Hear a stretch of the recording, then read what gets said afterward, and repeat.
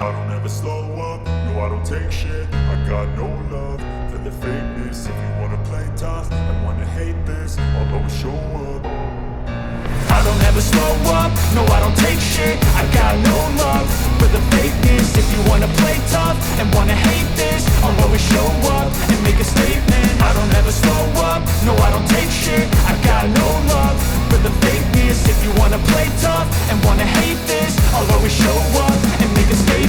Everything I do so instinctive and so passionate. Every word I move so descriptive like an adjective. I got a vendetta against people who patented being negative when you should be getting after it. I got facts over tracks, this and that. Spitting slow, spitting fast, I could roast, I could gas. Think I'm okay at last, but I don't know if that can erase all the past. And the pettiness, a reflection of the emptiness. Hilarious, you think you're worth my time, you're delirious. Mysterious, because you hide behind a fake exterior. Inferior, you know I'll always be a bit superior. Get off of me, this ain't no humble brag. I want you to hear words, you can say them back. I want you to feel free from the chains at last, and to believe in what you got, it was built to last, yeah. Now that I've been put through hell, I never got anyone's help. I had to do it all myself. I don't ever slow up, no I don't take shit. I got no love for the fakeness. If you wanna play tough and wanna hate this, I'll always show up and make a statement. I don't ever slow up, no I don't take shit. I got no love for the fakeness. If you wanna play tough and wanna hate this, I'll always show up and make a statement.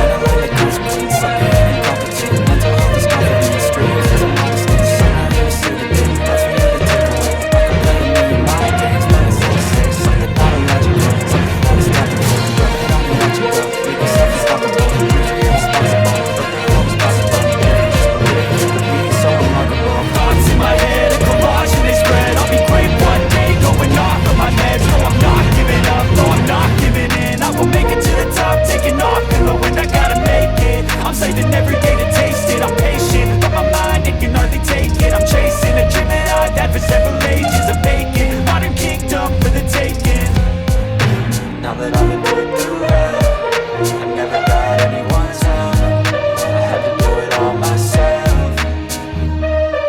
I don't ever slow up, no I don't take shit. I got no love for the fakeness. If you wanna play tough and wanna hate this, I'll always show up and make a statement. I don't ever slow up, no I don't take shit. I got no love for the fakeness. If you wanna play tough and wanna hate this, I'll always show up and make a statement.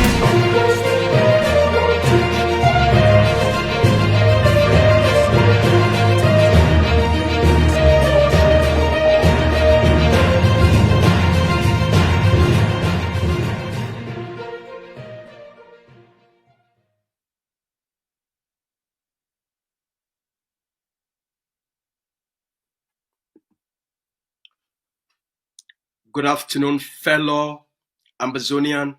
Welcome to this episode of the interview. Today, we'll be talking with the extraordinary and great researcher and expert, Dr. Michael Rubin.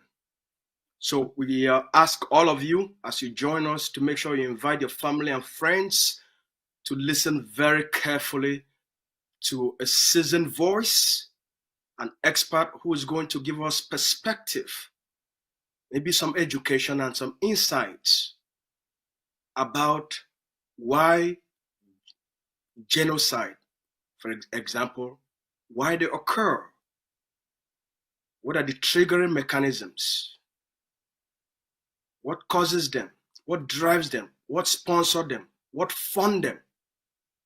This is very essential for Ambazonians to understand what's going on in the conflict between Ambazonia and Cameroon and the underlying influences that are driving, funding, and maybe sponsoring the conflict and probably the genocide on the Ambazonian people. Today, let's have an insightful and educational interaction with Dr. Michael Rubin. Doctor, thanks for joining us, sir. Thank you for having me, Lucas. It's a pleasure to be here and with the Ambazonian audience. Well, we're so glad to have you. You have quite an extensive background. Let me read a little bit of your background. You are a senior fellow at the American Enterprise Institute and a director of policy analysis at the Middle East Forum. You are a former Pentagon official. You've lived in post-revolution Iran, Yemen, and also Iraq. You have also spent time with the Taliban before 9/11. Very interesting. For more than a decade, you've taught classes at the C for the Horn of about the Horn of Africa, the Middle East conflict, culture, terrorism, to deployed U.S. Navy and Marine units. Dr. Rubin is the author and co-author and co-editor of several books exploring diplomacy, Iranian history, Arab culture, Kurdish studies, and Shiite politics. Holy smokes. You've been in the most contentious parts of the globe. You've lived in places most people are scared to go there except your special forces. How have you been able to do all of this?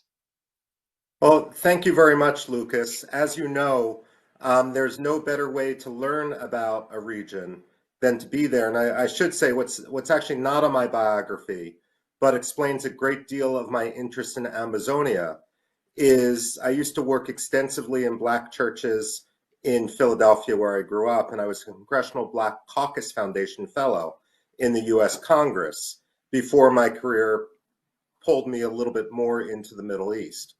But I often, when I go to these locations, will end up interacting not only with government officials, but also with students from a bottom-up approach so that I can understand the ground truth. And my goal, and I'm not in government right now, I'm in a private institute, is to help advise the US government on how to correct US policy, especially among the voiceless. And I should say that the institute where I work, American Enterprise Institute, is a nonprofit. I do not get paid for any of my work with regard to Cameroon or Ambazonia. I'm not a lobbyist. My salary is there to just call things as I see it. But I want to make that clear for the audience that no one is paying me or telling me what to say. I'm doing this because this is what myself as an individual conclude. And this is what I advise the US government when I have the opportunity to. First of all, we want to thank you. You've traveled, you've had a very long flight. You just came back from India. That was last night. And for you, a few hours later, you're conducting this interview. This means a lot to us. We're very grateful. People are very grateful. You have something very important and very special that will be worthy for our people to pay very close attention. You've written an article that is alarming in the first place, but it's also very exposing. You wrote an article about the Rwandan genocide, the causes of it, the triggers of it, but you also made a correlation, you drew a parallel between that genocide and the conflict in Ambazonia. Here are some of the things you said in your article before we get started. You said the anti-Tutsi genocide in Rwanda was not spontaneous. You quoted Mr. Robert Muse, a respectful Washington lawyer who made an extensive research travel. You said the French trained and encouraged some of the worst elements known to advance the plan for the Hutus to slaughter Tutsi. French soldiers even mounted checkpoints. The French, after the genocide have started, even spun a cynical narrative blaming the Tutsis for provoking the genocide. This is like saying the Jews provoke the Holocaust. Help us give us a background of that research, the article, what you found, the empirical evidence, and what first of all made you to write this article in the first place. Well, thank you very much. I'm a historian by training, and so I spend a lot of time in the archives and among other historians. And I also, while I've only been to Cameroon once, just in the airport in Douala, so I've never really been in the country. I do spend a lot of time in the Democratic Republic of Congo, the Central African Republic, Rwanda, and the Horn of Africa, as well as places like Mali and Burkina Faso. So when I'm coming to this region, although I hope one day to come to a free Ambazonia and a free Cameroon once Paul Biya dies, and that can't happen soon enough. At 92 years old, he shouldn't be a dictator anymore. Cameroonians, not just Ambazonia, Cameroonians deserve better as well. The point of this is that when it comes to the anti-Tutsi genocide in Rwanda, it's now been more than 30 years. And so many of the documents surrounding it in Paris, in the Quai d'Orsay archives, the archives of the French Foreign Ministry, have been declassified. And what we see is a concern in those documents that Paul Kagame and the Rwandan Patriotic Front were Anglophones, and they wanted to make Rwanda Anglophone. And the French, for the very simple reason of their twisted perception of national honor, that everyone should speak French, decided to help the Hutu extremists. And they did this with the full knowledge. Now, not all Hutus participated in the genocide. There are many moderate Hutus, and they were killed too by the extremists. But for those of you who have seen the images of the anti-Tutsi genocide, you know about the machete-yielding militants at the checkpoints. Oftentimes, those people were trained by the French, or they even had French special forces with them in the run-up and during the initial days of the genocide. This is now not only undeniable, but last year or 2 years ago when this was exposed, Emmanuel Macron, the president of France, flew to Kigali to meet President Paul Kagame, and he apologized for the French role. Now, I would say that apology is insincere if we see much the same behavior from France today. And you know what? It's not just in Rwanda where people are tired of French cynicism, and it's not just in Ambazonia and Cameroon, where the 1972 abrogation of federalism was nothing short of illegal. We see people, Africans, reacting to the cynicism of the French in Mali, in Burkina Faso. The French need to come to terms with their own history, and they need to come to terms with justice and the illegality of some of the dictators like Paul Biya, whom they're relying upon. The French have relied on Paul Biya for decades, but again, he's 92 years old. He's going to die. And not only people in Ambazonia, but also in people in Cameroon want nothing other than the dictator to be gone, and they associate the French with that dictatorship. So tell us, what role does the French policy to make sure Rwanda becomes Francophonized, influenced, drove, triggered, sponsored the Rwandan the genocide in Rwanda? The archival documents, the archival documents show that was the whole reason for the genocide. The French wanted to rely on the Hutus because of Belgian colonialism, were more French speaking, and many of the Tutsis were not. That was enough. That language discrimination, that ethnic discrimination was enough to drive French policy. At the same time, the French like a compliant dictator. Why? Because the French like to loot resources. We saw this in the Central African Republic. Rwanda didn't have as many resources, but Ambazonia does. Cameroon does. And that's why the French now rely on Paul Biya. And that's why, the same reasons as Rwanda, that's why they really are encouraging the perpetration of genocide in Ambazonia. Now, the difference between Rwanda and Cameroon is in Ambazonia, the problem is the abrogation of federalism in 1972. The problem is that in the original referendum, people didn't have an option to become independent. That the people in Ambazonia don't want to take over all of Cameroon. So I see a resolution, if the French would correct their policy, as being even easier in the future than in Rwanda, simply because in this area, the history devolves. The people of Ambazonia don't want to take over much of Cameroon. They only want their own homeland. And you said here clearly that the prime motivator for the French president at the time, Francois Mitterrand, was antagonism to the Tutsi for seeking to be Anglophones. The French policymakers, the policymaker class, sought to preserve Francophone even at the cost of genocide.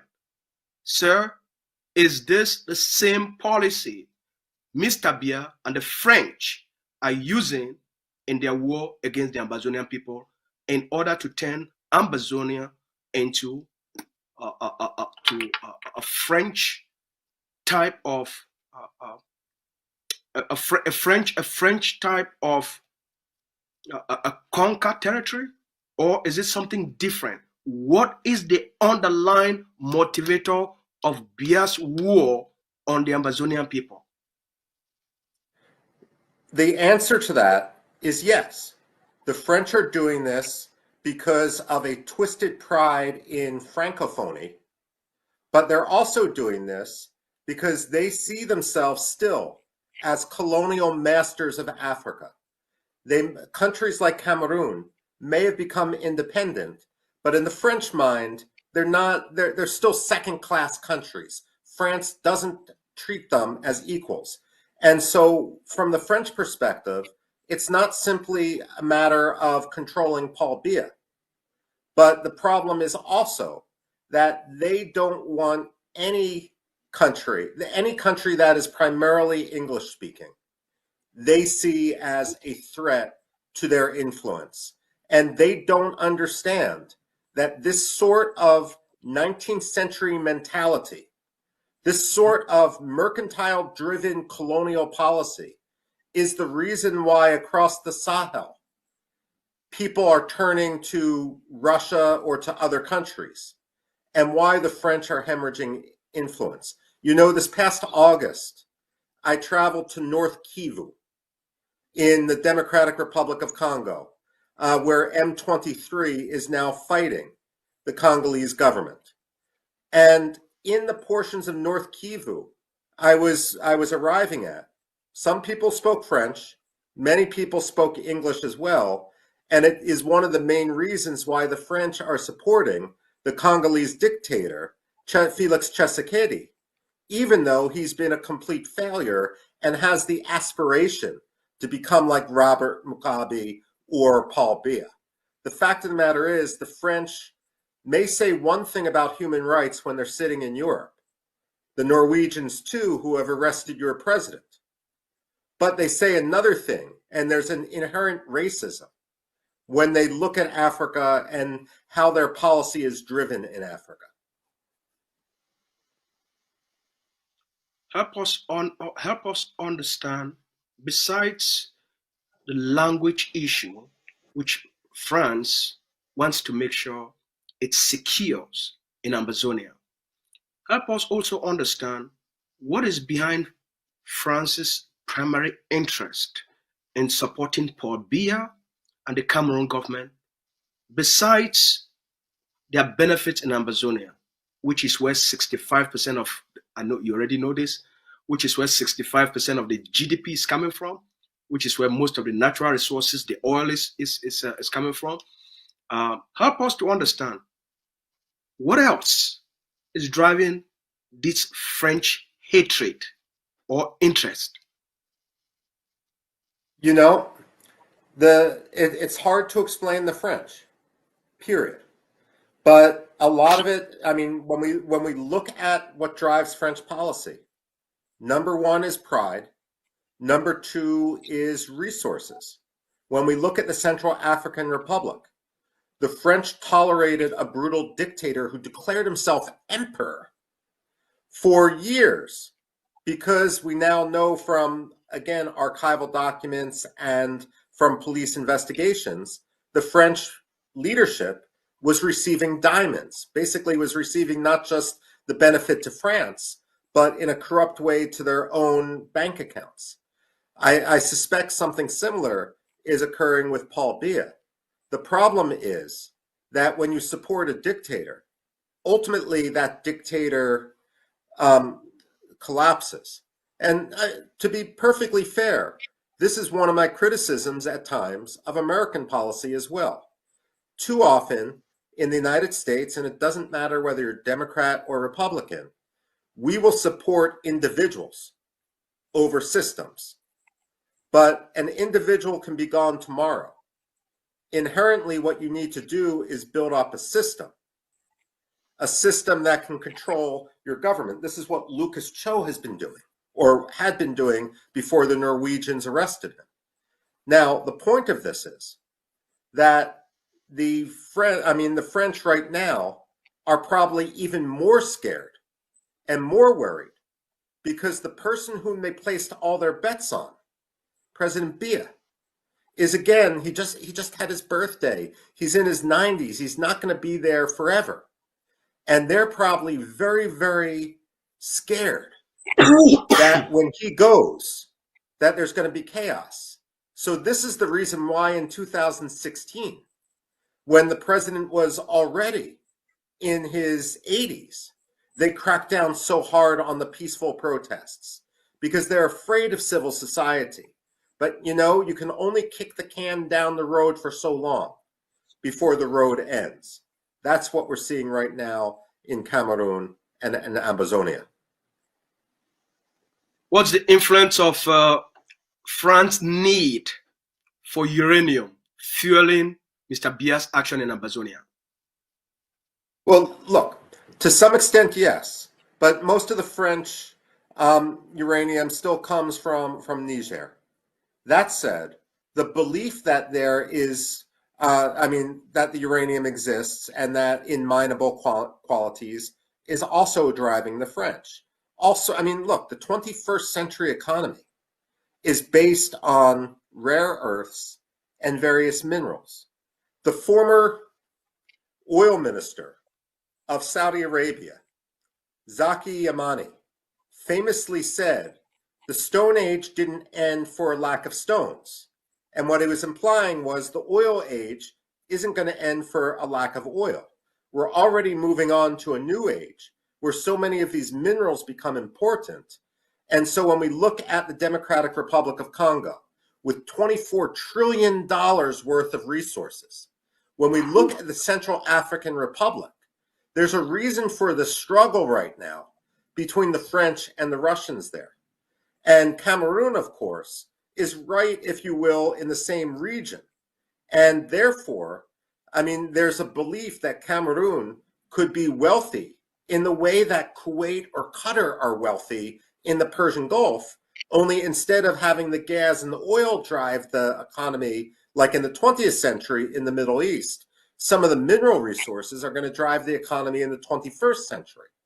And so one of the reasons why Cameroon doesn't want to have Ambazonia be free, I'm not even just talking about independence, I'm talking about what the agreement originally was with regard to the federalism, is because of pure and utter greed.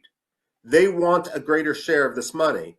They are corrupt in Yaoundé, in Cameroon, and the French want their piece of the pie.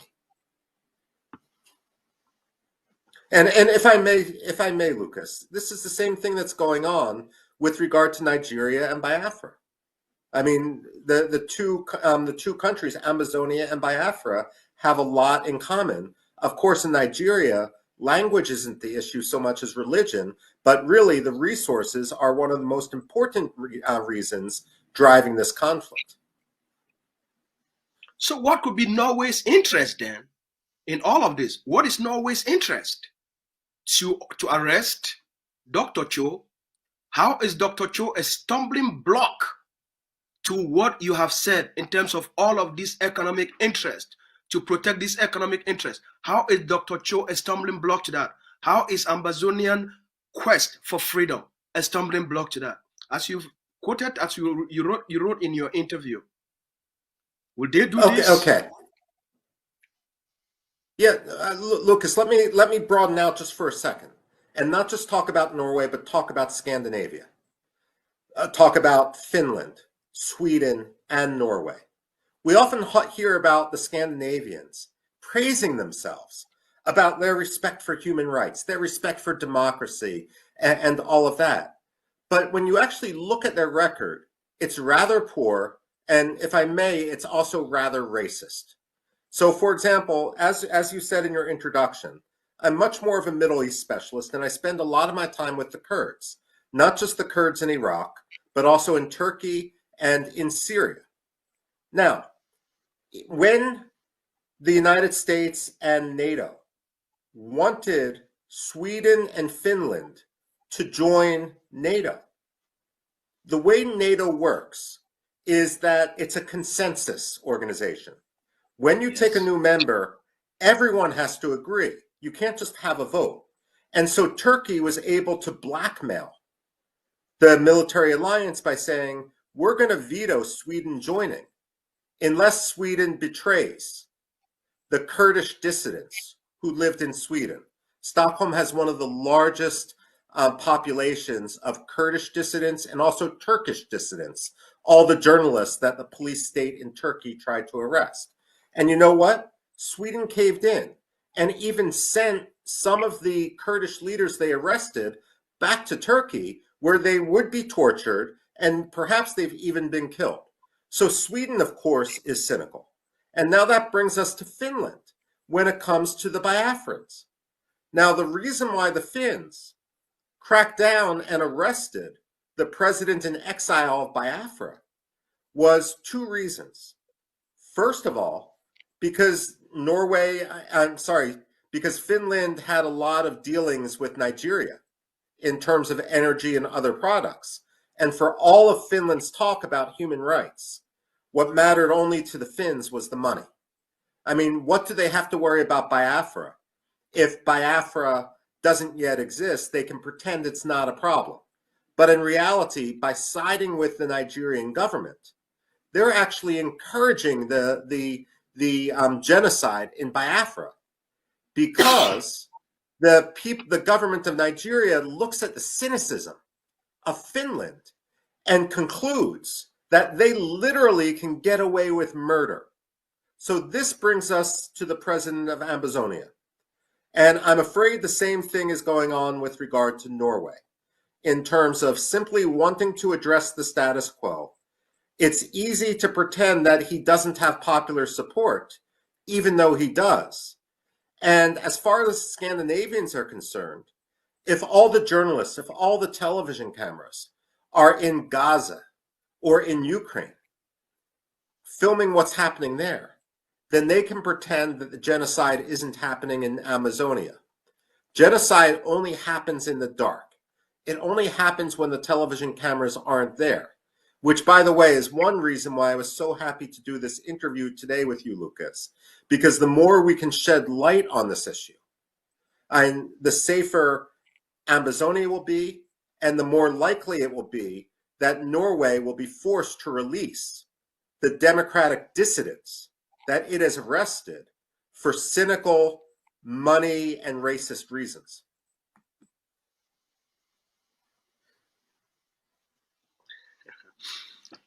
Only you, with your expertise, your research, can shed light on these issues. And our people are listening, they're watching, they're paying very close attention to your expertise, your voice of truth, your honesty, and your transparency. Let's move to Cameroon. Is it possible at the age of 92 for Mr. Biya to hold another 7-year term in office? He will be 99 years old. Why are they holding this election? Honestly, I don't think it will be possible for him to continue to hold on to power. And let's face it, most 92-year-olds simply don't live another 7 years. But let's also be honest here that the problem isn't just Ambazonia and Paul Biya's attitude towards Amazonia. The problem is also Paul Biya's stewardship of Cameroon itself. And when I interact with Cameroonians in the United States, I don't hear a difference of opinion between those from Ambazonia who speak English and those from the rest of Cameroon who speak French. The fact of the matter is, Paul Biya victimizes everyone.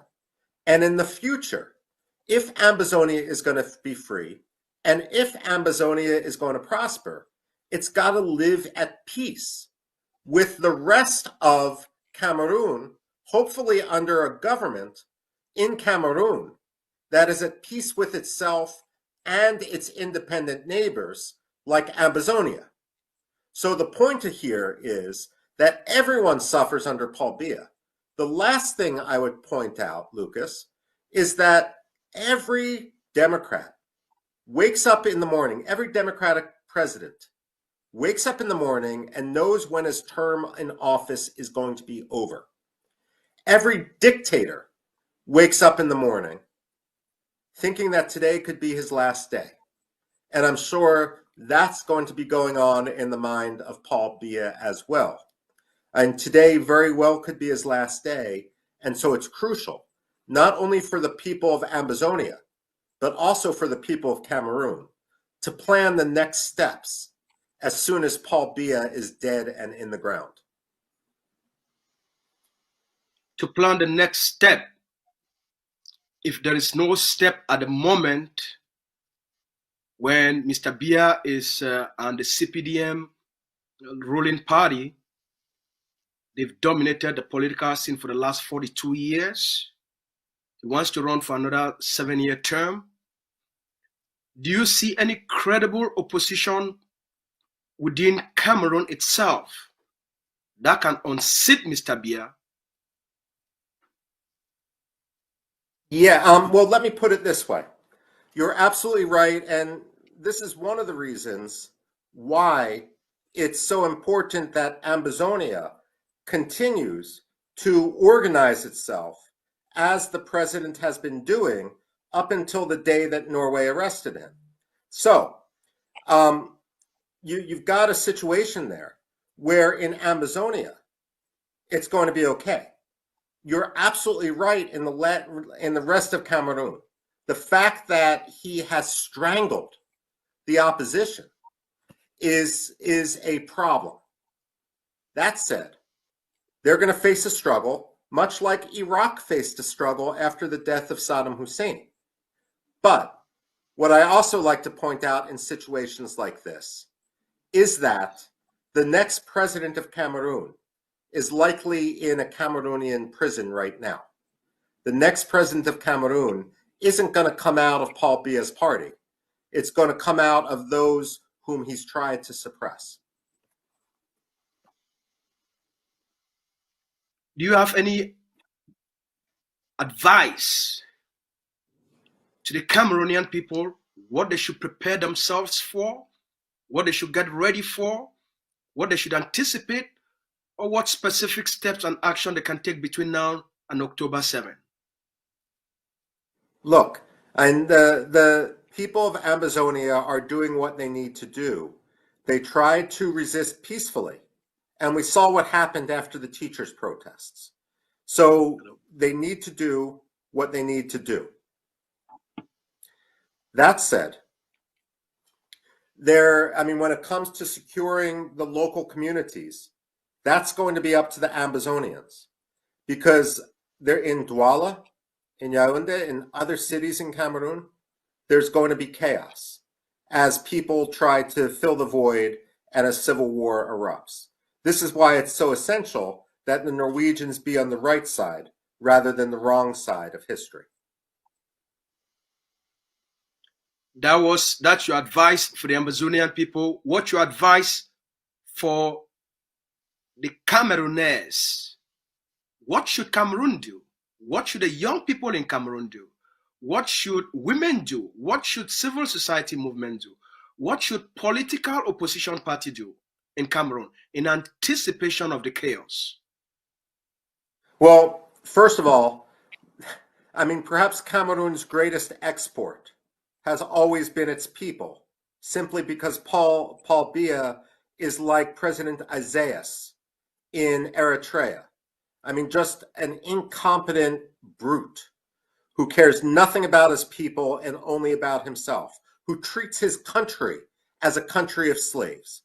So it's going to be very, very difficult for them. But the diaspora community, especially in France, should be protesting every day in front of the Quai d'Orsay in order to make clear that Paul Biya isn't their leader, isn't their local leader, isn't their legitimate leader. In Cameroon itself, there is no magic formula, because look, I can sit here outside of Washington, D.C. and pretend that I have the answers, but I'm not facing Paul Biya's secret police. I'm not facing a prison term or torture in Douala. The fact of the matter is, I can say what I want and Paul Biya can't do a damn thing to me. So I have it easy. But if I were living in Cameroon, it's a very different situation. So they also need to ensure and be lobbying right now across Europe, in the United States, wherever they are, for the aid and the assistance to come in and for the legitimacy to be denied for any new dictator. Cameroon is one of the most brutal dictatorships in Africa and one of the most brutal dictatorships on earth. And the African people deserve much better. There's no reason. Look, African solutions for African problems. So why shouldn't Cameroon be like Botswana or Namibia or South Africa? Why shouldn't it be a country that thrives? And the fact of the matter is, the Cameroonian people have the human capital to do this. It's just going to take the removal of the dictator Paul Biya, and that can't come soon enough. Welcome back, our fellow viewers. And this is the interview with a special guest, Dr. Michael Rubin. Doctor, welcome back. Back with you. I'm glad we've worked out some of our technical difficulties. You're very passionate about what you were saying. Let's get back to it. We're getting to the end of this program. Let's get back to it. Did Norway anticipated the backlash after arresting Dr. Cho? Did they anticipate the backlash? There was an expectation that by arresting the Ambazonian leader, Cameroon will succeed to decapitate the leadership, both in the diaspora and on the ground. 5 months later, the forces on the ground are much more stronger. Our leadership is much more focused, and we have intensified our diplomatic outreach and engagement. Did they anticipate all of this? No, it's clear they did not. The Norwegians were operating from a position of ignorance. They probably, look, the Norwegians only have contacts with the Cameroonian government. The Cameroonians lodged a complaint, and without knowing anything about the legitimacy of the complaint, the Norwegians acted. But the fact of the matter is, what's going on in Ambazonia is an attempted genocide. The Ambazonians have no place to, nothing, they can't do anything but to fight if they're going to remain alive, if they're going to remain free. They are on the correct side of international law. And so the Norwegians now are learning a lesson. What we need to do, what Ambazonia needs to do, and what Ambazonians need to do is not just condemn Norway for its imprisonment and persecution of Dr. Cho. What they need to do is also give Norway an off-ramp so that the Norwegians will release him in a way that helps them save face. And then maybe, as the Norwegians learn more about the true situation, they can play a positive role. I mean, what I don't want to happen is what happened in Rwanda with France, where it takes France 30 years to say, we were wrong, and to apologize, because that doesn't bring back the victims of the anti-Tutsi genocide. It's essential that Norway understand the truth now, and how they're siding with one of the world's worst dictators who's trying to perpetrate a genocide, rather than siding with the decolonization of Africa and siding with the implementation of agreements which were illegally violated back in the 1970s by the Cameroonian government. Now, as you already know, we have about more than 1,000 villages that have been burnt. We have more than 750,000 Ambazonians that are now living in the forest. We have hundreds of thousands of Ambazonian children that haven't been to school. We have more than 450,000 Ambazonian refugees in Nigeria spread across Africa, and some have moved even to the United States because of this conflict. We have more than 5,000 Ambazonian who are in Cameroon's concentration camps. With the humanitarian situation, coupled with the chaos that will be ensuing in Cameroon, how do we salvage this situation in the short term? Lucas, I wish we had a magic formula, but in the short term, there's nothing you can do but what you're doing right now. After the crackdown on the teachers' protests, the civil society protests of 2016, you tried to do things peacefully, and you were met with torture, murder, and genocide. You have to fight in order to protect yourself and your villages against one of the continent's most brutal dictatorships. And you shouldn't apologize to that, because people in Norway don't understand what's actually going on in the ground. You have to protect your forces. Now remember that in Rwanda, the genocide ended not because the Scandinavians came to some sort of deal, or they pretended in France or Belgium that things were just fine in Rwanda and Burundi. They weren't. It ended with the victory of Paul Kagame. And today, Rwanda is like the Silicon Valley of the Great Lakes region of Africa. So once you win, what I would actually do if I were Ambazonia is reach out to the Rwandans and say, how can you help us replicate what you have done inside Africa, inside the Great Lakes region, to pull yourself up and to change society after this brutal anti-Tutsi genocide?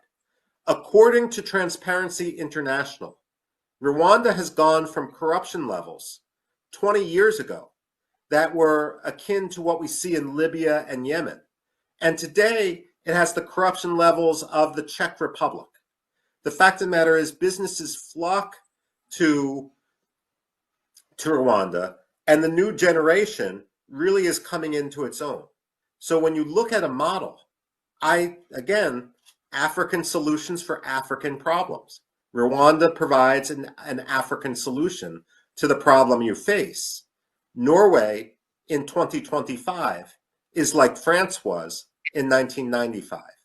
Don't be like Norway. There are some that will say, oh, what you have said so far is so nice. It sounds good. It sounds reasonable. But you know what? There are some Ambazonians that want a united Cameroon.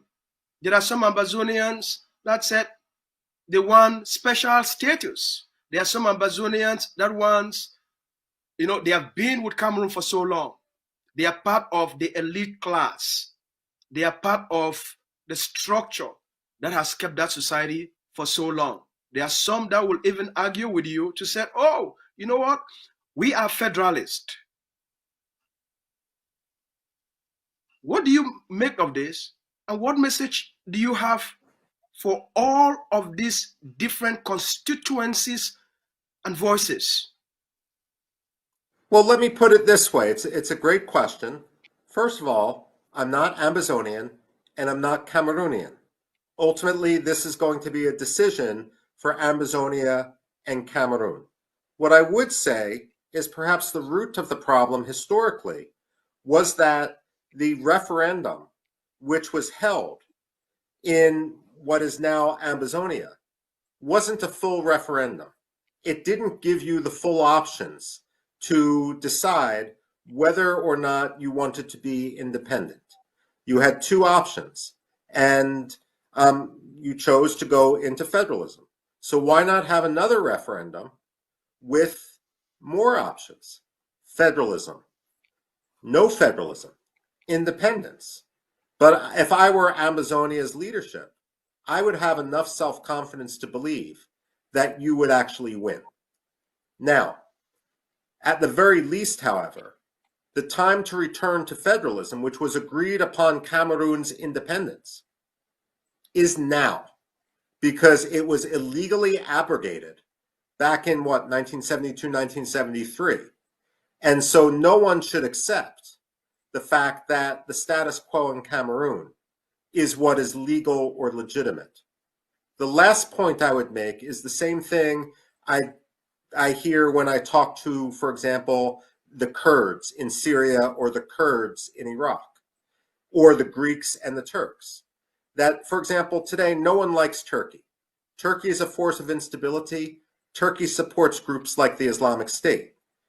But if you're Kurdish, you can't just be anti-Turkey because you're never going to thrive until Turkey is democratic and at peace with itself and its neighbors.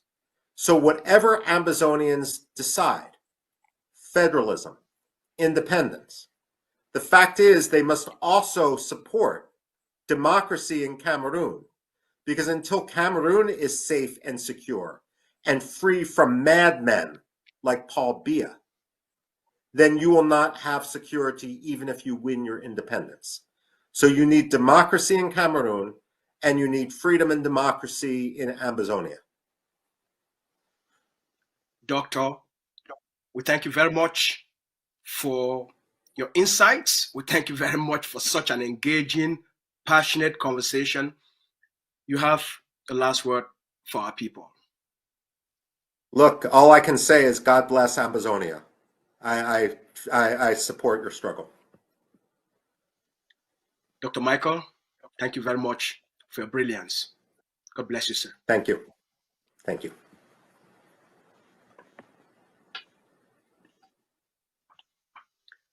Fellow Ambazonians, you've listened.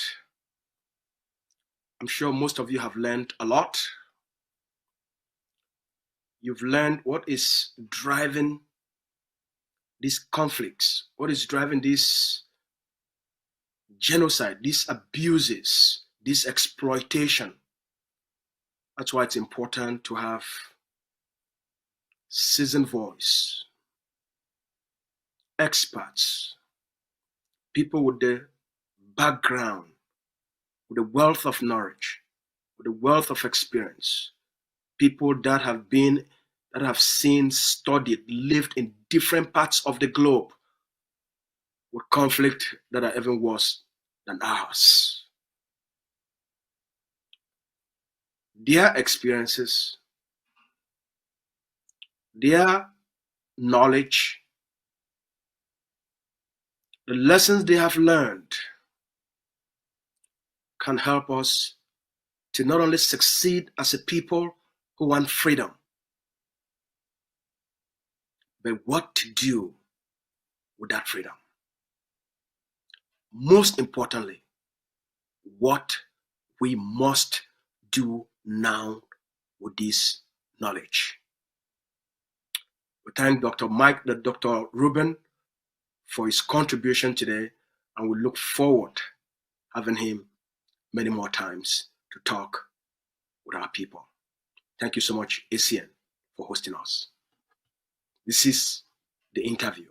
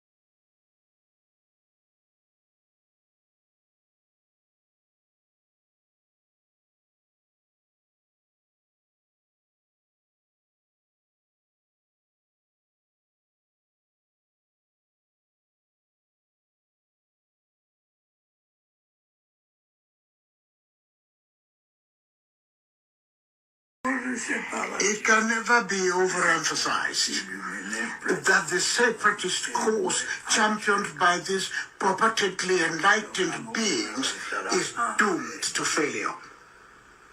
Cameroon will remain one and indivisible. Such is the wish of the overwhelming majority of our compatriots. This is the very essence of the mandate given to me, and I will never fail to deliver it. My dear compatriots, you know my attachment to national unity, progress, and peace. You are witnesses of the action the government has been taking for years under my leadership to bring an end to this security crisis that is undermining the development of these regions and plunging many families into mourning. I take this opportunity to remind the members of this armed band that the nation is still reaching out to them.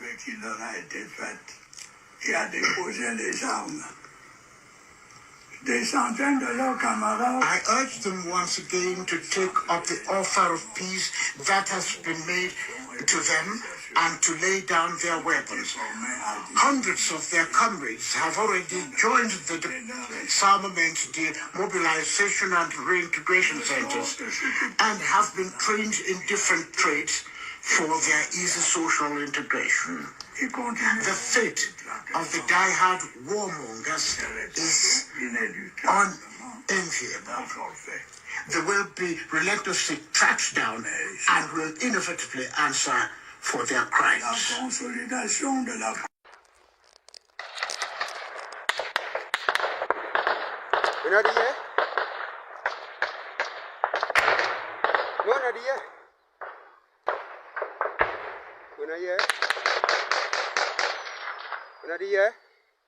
Now 1 month this from Biya in 2024 end of year speech, we threaten Ambazonia them.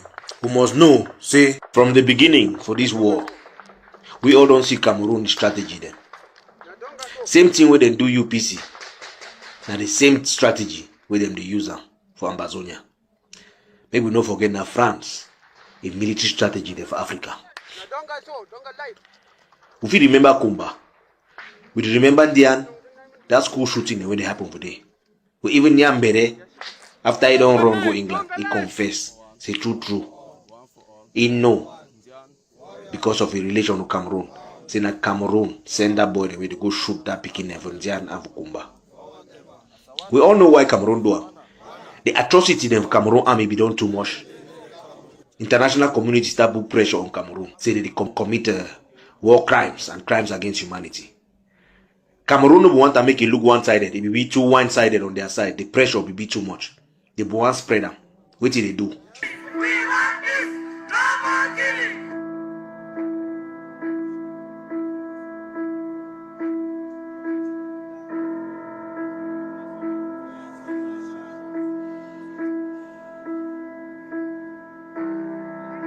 In October 2020, suspected armed separatists attacked the Mother Francisca International Bilingual Academy in Kumba, southwest region of Cameroon, killing 7 children and injuring at least 13 others.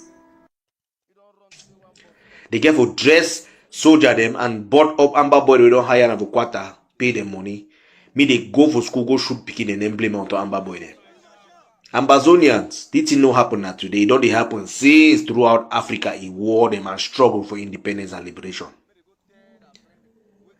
Fake Amber boy they go kidnap. They go ask ransom. They go take the money chop. Some of the Amber boy them, now actual Amber boy the way they want fight for the struggle.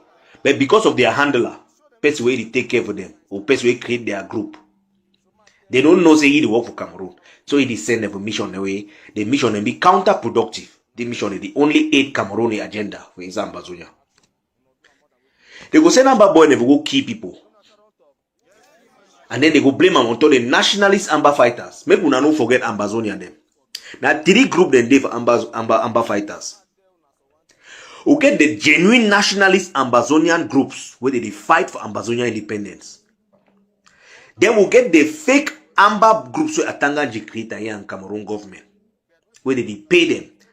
Only our own people where they hire them for quarter, they pay them money, make they go they commit atrocity them. So they go blame on the general Amber nationalist movement. Now strategy, war and narrative. It's all about the narrative. Then they go push and go front to say Amber boy they commit atrocity. Civilian Amawe, he don't know who be real Amber boy. He don't know who be real Ambazonia nationalist. Civilian don't know real, genuine Ambazonia nationalist. If John know say some group the way they come for quarter, they get gone, they fight army soldier, Cameroon army them. So it be very difficult for civilian to distinguish between the genuine Ambazonia nationalist fighters and the fake Amber boys. Then the third group, don't forget Ambazonia people, we don't forget the third group. The third group, now that one the way they are handler them, or the people where they create them, where they sponsor them, be paid by Cameroon for background. Most of them in Europe and America. Cameroon they pay them money through embassy for those countries. Then they go send the boy in another quarter and they go commit atrocity them for destroy or stain the name of the whole movement. Now the 3 group then this for Ambazonia war. It don't reach time we'll get to start actually ask ourselves questions. No, we all marry the carry gun. Say they fight for Ambazonia, they actually fight for Ambazonia. Some of them, plenty of them, they sabotage Ambazonia. They go bribe fighter them and activists them. Me they leave the struggle. Plenty of our Amber generals, plenty of our Amber fighters don't leave the struggle. Go join DDR, so on and run go Nigeria. Make una no forget. No be all man wanna start race together, they finish that race with una. But you no go stop Ambazonia from pursuing the final goal when independence. The one the way they no fit bribe them, they go kill them. If they see say they no fit bribe you, they will kill you. If they don't get access to you, they will lobby foreign government them for arrest you, lock up in prison. Now strategy in that way they not start today. Now so war day, and all leader them get to be ready for the outcome. White man no be our friend. White man no think about, oh, let's make we take care of black people. No, white man they think about one thing: the white interest, which will benefit them and their people, and they are picking them, and they are picking them. Now we black people be chop broke pot. Now the reason that way every time we want our people rise for fight for their liberation or freedom, white man will use only one of we for kill them. We not still get sense even till today for understand these small little intricacies. They will send their paid activists, they will come online, put Ambazonian flag for their back. When you see Ambazonian flag, oh, he fight for Ambazonia. But see where they do I know the fight for Ambazonia. That Ambazonian flag now for cover your eye, make you not see a real agenda and a real purpose. It go cause confusion, sabotage all the genuine fighter and group them. Now that activist work that he be paid from behind. When I know they want to receive his money, so when I know if you understand, the civilian man don't really understand what it go on. This war. Place where we dey for this situation now. Now person will go win the narrative. Now person will go win the civilian, the heart. Cameroon is main target now with all the people we don't hire for work against this struggle. Now for win Ambazonian people their heart. If Cameroon win the Ambazonian people their heart, the fighters will lose the war. Why? The Ambazonian people will turn against the fighters. Cameroon don't fight Amber Boy, them know they finish. Cameroon don't lose 5,000 and more soldiers in the battlefield. It has never happened for Cameroon history. Ambazonian fighters don't neutralize 5,000 Cameroonian soldiers at least. And many more where they run enter Coco disappear because the war don't pass them. We see now even for Yaoundé, they know they run, they move their uniform, they don't tire. Ambazonia don't humble Cameroon. Ambazonians will not allow Biya win. We can't allow this evil man thrive. Amba soldiers no be perfect. With all the intricacies of the war. Now farmers, Okada boy them. Boy they raid their pig them. So when they raid their goat, so when they raid their cow, they do their small business them for market for survive. Then Biya declare war on we. Start kill mommy them, papa them. Kill small picking them. Make we no forget play with this war started. We no forget. If we forget, we are finished. Ambazonian soldiers no be perfect. Most of the Amber boy the way we see and so now volunteer. They volunteer risk their life. Put their life for line. For stand for front between Yaoundé and Ambazonia. We no fit betray them. That we have the thousands where they don't die, we no fit betray them. These boys they no be trained. These boys they no be trained. They try their best. They no be perfect. They don't commit also crime them based on the complicated situation where they face and they struggle to retain and secure their own lives too.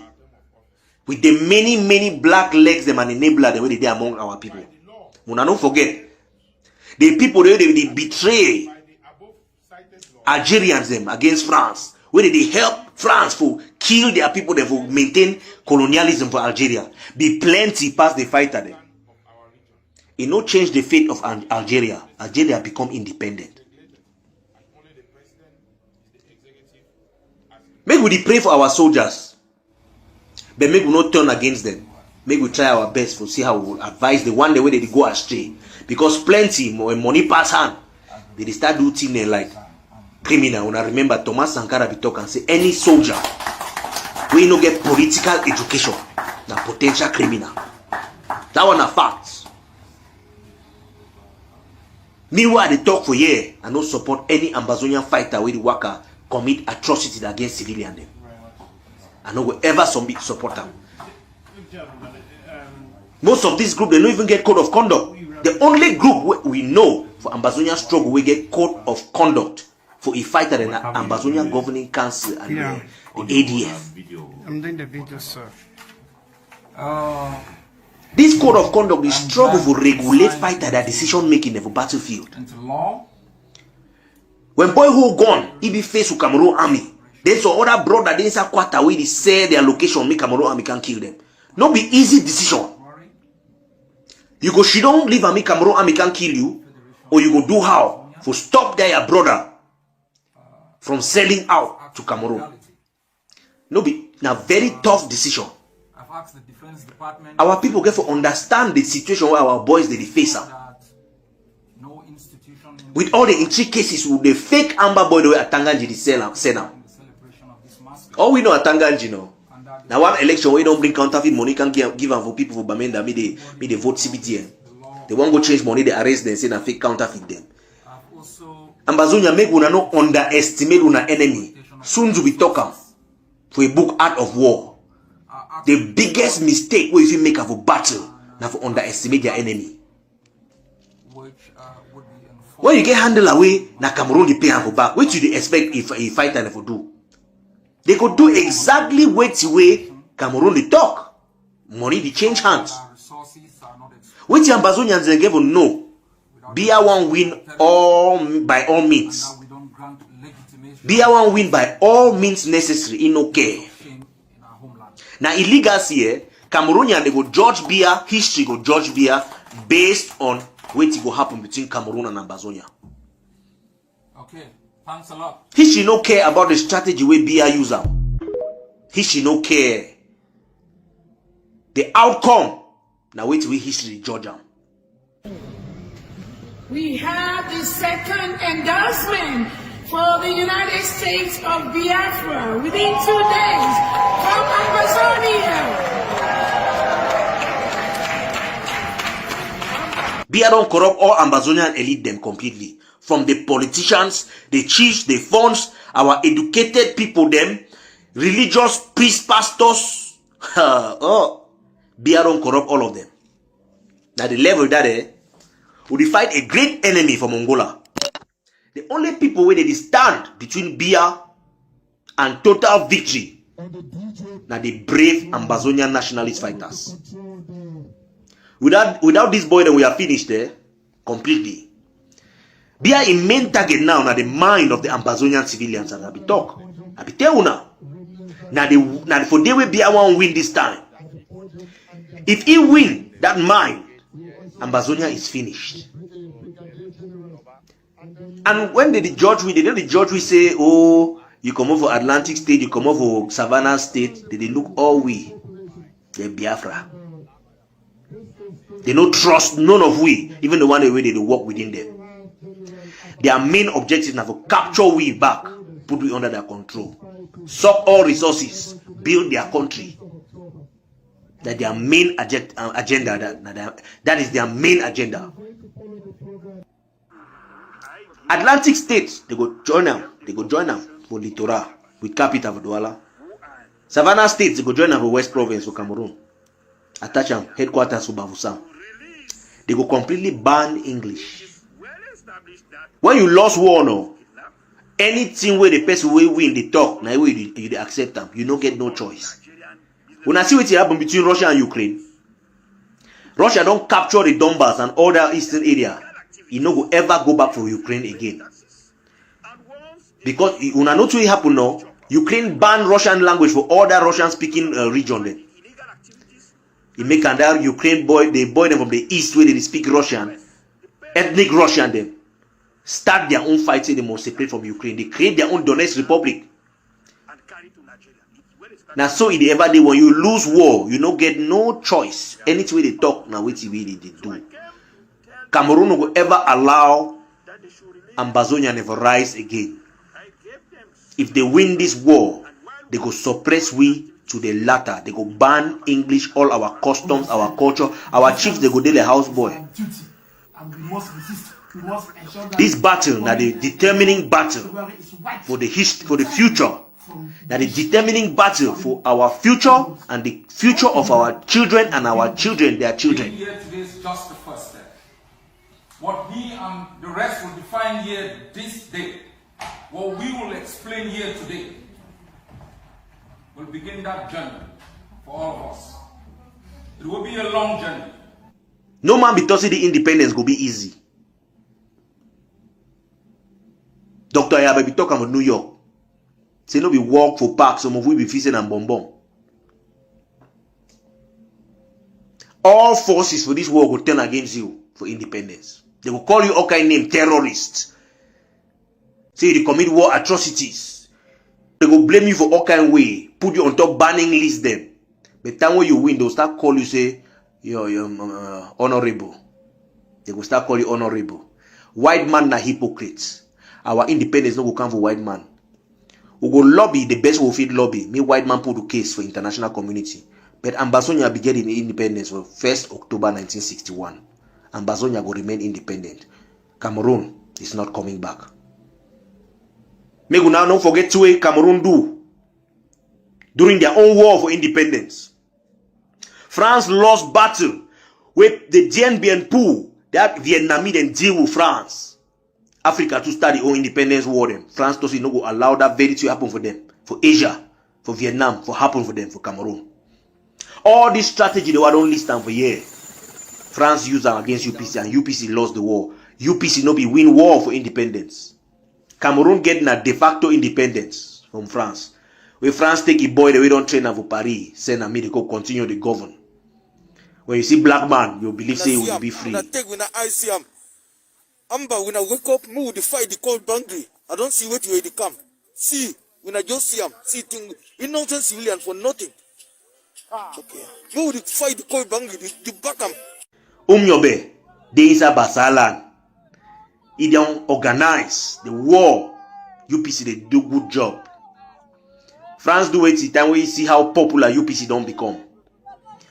France caused the division between the two UPC, between UPC. UPC splinter into two. Divide and conquer. So one start criticize the other. Umyobe faction, they really struggle inside bush. France do it again. He send boy the way they dress the UPC fighters. They call them Makiza. They go Douala, go bomb. Put bomb for Douala, kill people. France blame on who? UPC. Why? That very people where France send and they shoot some of them. So they can't capture them. They confess in a UPC. When a France don't pay them for background. Wait till happen for civilian then. Civilian then start turn the catch UPC fighter and they hand them over for French army. France go send fake UPC fighter then. They go cut people, they hide them pin for road. Then they go make propaganda. When I see na UPC they kill all the people, put their head them for road. It make a Cameroonian and turn against their very freedom fighters. The very situation where Cameroon they face today. Now because Cameroon they turn against their genuine independence. Ambazonians, if we not turn against our genuine independence, it is finished. Now only Cameroonian betray Umyobe. Now after 60 years, now today, when they do research, we see the first genocide for Africa. When they recognize true so. UPC be the fight for the independence. Now only Cameroonian betray UPC. 60 years after France he popped, they don't rule Cameroon. Ahijo and Paul Biya. Not forgetting Andre Marimbida, the biggest black leg. We say Cameroon will be ready for independence. We can always get the kind of fool them where they call themselves elite. With sense no they their head. Because money they pass hand. They go betray their whole country. Ambazonia will be the first country for fight independence. Make una remember UPC, eh? Remember NS1G, Felix Mumi where they poison for France. And Umyobe, they know nothing that the man that will be genuinely the fight for their true freedom. If UPC be take independence for Cameroon, they will respect the accords between West Cameroon and East Cameroon. Ambazonians, una future, they for una hand. In an interview I conduct, I'm a vice spokesman for EGOFC and Sons. He get a lot to say. Make una take a listen. Welcome to the program, comrade. My first question for you, what do you think about the threats that we Biya make 1 month ago exactly towards Amba fighters and people where they propagate for independence for Ambazonia? Thank you, the nationalists. To answer your question, where they ask me, say, now wait here, think about the threat where this terrorist leader, Paul Biya, the issue against our soldiers. I go tell you, say, the empty threat, because the Ambazonian forces, they teach the Bulu terrorism a lesson. Paul Biya them, with the terrorist regime, they say they go use 2 weeks for eliminate our soldiers, for eliminate our freedom fighters. But if you go back to 2017, 2018, 2019, you go agree with me. Say this Bulu terrorism, they not be able to fight our soldiers. Which way they do not say when our soldiers shoot and kill them? This terrorism, they go attack our civilian population. They go burn houses them. Or they go catch some innocent civilian, they kill them, take this country gun, they put them for their back. They talk say this so now Ambazonian freedom fighters where they don't kill them. I think this way all we would only witness some. Even some of the La Republique bloggers and citizens will be aware of this manipulation by the frustrated Cameroon government. So instead, now we get for threatening their forces threaten the Bulu terrorism, threaten the military Cameroonese, the terrorism. So if they don't leave Ambazonia, we go push them out by force. If they don't surrender, we go eliminate all of them. It's just a matter of time. We are building capacity. So let them be threatened by our forces, because our forces, they be brave, they get resistance, they know the blink, they know the tire, they be more determined than ever before. And as you see them, Cameroon army, they don't really tire, war fatigue don't hold them. The country itself is bankrupt. With the Pobia, all of them are bankrupt. Their soldiers don't even have the morals again to fight. They don't even have money to bury their soldiers. Cameroon is finished. So that threat with Pobia the game, an empty threat. They're not going to help you for any way. We don't give them a defeat. We don't inflict Cameroon terrorists, military, with a defeat that they will never forget in their history. So the only thing where they go do now say, they go withdraw, they go surrender. If not sooner, it will be a little bit later, they go surrender. How ready are the forces, that is ADF and all sister forces? For Dr. Nyi, the acting leader for the Ambazonian Governing Council, his speech for end of year 2, he talked about the recruitment of 1,000 soldiers. And also information what I get, now say, through the Ambazonia Education Board in collaboration with the Ambazonia Defense Forces, they want to create an Ambazonian Military Academy where they go recruit 1,000 soldiers. So my question be, how ready the Ambazonian Governing Council and the ADF be for put this into reality? The ADF is ready. The ADF is ready, in spite of the detention of the illegal detention of the leader of our War of Independence, Dr. Chu Ayaba. Our forces are ready to finish, to get the job done. Because before the detention of Dr. Chu Ayaba, if we don't already design a strategy for total liberation and freedom of Ambazonia. The strategy is there. The vision is there. The roadmap is there. So even though they don't arrest our leader, the forces in Ground Zero, the AJ forces and the sister forces, they are working in alignment with that same vision and strategy. With Dr. Cho Ayaba, we already designed them. So our forces and be very ready.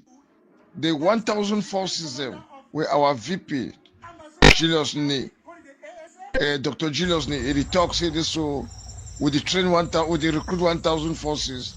They will just come join these ones the way they did for get the job done because we want to increase pressure on these terrorists, eliminate them, and make sure that we our journey to total independence it no go be any more long. It will be short. And these 1,000 forces them where they train them, they don't only help for join these present forces and for eliminate the terrorists. They go also help us a lot for stabilization and post independence security, post independence security. Liberation tax. Now wait till we hear every day from morning to night. People them from abroad and people them for Ground Zero, they do their best to contribute. I want you to tell me about liberation tax. Wait till the impact of the liberation tax for this struggle. We know say Ambazonia they don't contribute almost like $5 million. Get them for that thief pastor and the thief and chop them off, put them in their pocket quiet. They know buy one gun. Ambazonian governing council don't come up with liberation tax. And they raise more than 100 million. As I remember from their publication last year. Wait to be the impact of the liberation tax. Yes, Mr. Nationalist. I know very well. Say Ambazonians and they understand the positive impact with the liberation tax on Duam for Ground Zero. The liberation tax it don't increase confidence. It don't make sure say collaboration be more effective for Ground Zero. The liberation tax it don't bring accountability. It don't really keep the forces together because there is something that they are working together. You know, the same vision, the same goal, you know. So the liberation tax, it don't increase the firepower, it don't increase our military power. And it don't create impact maybe only for Ground Zero. It attract more recognition, it attract more respect for Ambazonia, and it help for our diplomatic success. I think all of us we are seeing what is happening around the world. Ambazonia don't get more respect. Diplomats are coming to us. You know, big nations are coming to us. Our leader, we rightly said, Dr. Cho Ayaba, say a time will come when the international community will come to us rather than us begging them. So now they are coming to us because of the increase in our defense capability, increase in collaboration, increase in firepower, all those things already happen for Ground Zero. It only give you respect and it only attract support from the international community. So the liberation tax is very, very important, and I hope say this year more people will pay their liberation tax. Just for some forum they were there, some people they already talk say they go pay them now in 3 years. They don't just pay for the year, they go pay for 2025, 2026, 2027. So some people they already plan to they'll pay for 3 years. We don't already get some people where they pay 10 years in advance. 10 years in advance. So that liberation tax, it do a lot, it create a lot of positive impact. It already reduced the rate of kidnapping for ransom, you know, harassment, except this certain guys and way at Taganji don't put up for ground zero, made they disturb our people their peace. And this training where they go on will get for increase 1,000 soldiers. It will help for all these things them. For bring total sanity for ground zero. For fish out these guys them where they pretend to be amber, where Taganji don't plan them, and then get bloggers and their so-called Cameroon activists where they pretend to be ambassador, where they speak for them. All these things them it go stop when those 1,000 soldiers them they go don't be trained and armed. So we are moving forward. There is progress, and our expectation is getting higher and higher every day. From the estimation of the number of Ambazonians where they don't be killed by Cameroon for this war, wait till the egg of sea it data be concerning this case. What do you think about Dr. Matsanga, a case for the International Criminal Court and the European Court of Human Rights? Do you believe or you think, say, Paul Biya will face justice alongside the minister then? Yeah, 70,000 Ambazonians they don't die so far. We don't outnumber the ones for East Timor and for Gaza. 70,000 Ambazonian civilians. Yes, if you look at the Ambazonian war, they did deliberately target civilians, just as way it happened for Gaza. They deliberately target civilians. And the reason why the case for Ambazonia it was past Gaza, and I say the enablers, the blacklegs, the Cameroon agents, they help Cameroon. Now they even beg Cameroon for can't target our civilians, kill our civilians, because they benefit from the occupation. They don't understand, say, the total freedom and independence of Ambazonia. It will give them more it will give them more benefit and dignity and peace and joy. Because when you live a life where, even though you not overget you money that way, bet you get your normal bread, you live your normal life, and then your people then too, they be protected, they be secured, they progress, you get some joy, you get some peace, and you get some happiness. And I think that way most of these sell out them, they don't know. Well, I just want to thank Dr. Masanga, where he don't place the case for ICC. And I hope say this so the indictment of Biya and his cabinet ministers, they go get punishment. They will get punishment. They cannot go free. They cannot go free. Even if ICC make a mistake, we Amazonians, we go correct the mistake. We go correct the mistake because we war this so. In my humble opinion, and you go only end as so the free Ambazonia. We get for 6 parts of their land. We get for 6 parts of their territory. We get for punish them. We must look for a way to punish these people. Even ICC is not enough. In the indictment of Biya and his ministers, putting them in jail is not enough.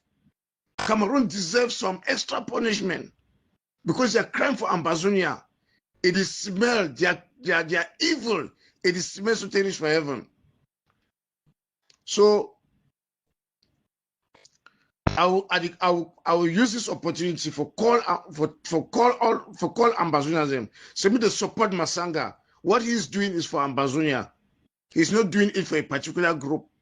He's doing it for Ambazonia. And through this case, Cameroon will be more exposed. Their crime, their genocide, it will be more exposed to the international community. And justice will prevail in favor of the Ambazonian people. Because we are on the right side of justice, and our resistance, our defense is a just cause. Norway, they detained Dr. Cho Ayaba, a human rights activist and person who don't stand for fight against colonialism. What do you think about them? What do you talk about Dr. Cho in detainment for Norwegian prison? I want to tell the Norwegian government that their international reputation as concerned human rights and democracy is questionable. because of the illegal detention of Dr. Cho Ayaba, who is a human rights advocate, who is the voice of the voiceless, who is the defender of our people and our nation, Ambazonia. I want to tell the Norwegian government that they are taking side with the brutal genocidal terrorist regime of Yaoundé. And I ask them to release this innocent man, to release Dr. Cho Ayaba, because they are inflicting more pain on the victims of oppression, on the victims of genocide, because of this their illegal act of detaining the leader of the Ambazonian War of Independence, Dr. Cho Ayaba. They should release him. Deputy spokesman for the Ambazonia Governing Council. Stay tuned to the next edition of Amba This Week.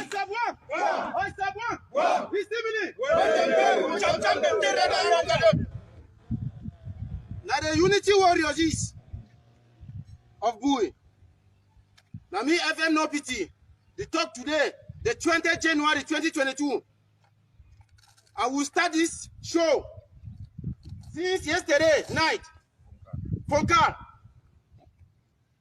Back up they don't climb Obaso. But we don't show they say will be feasible.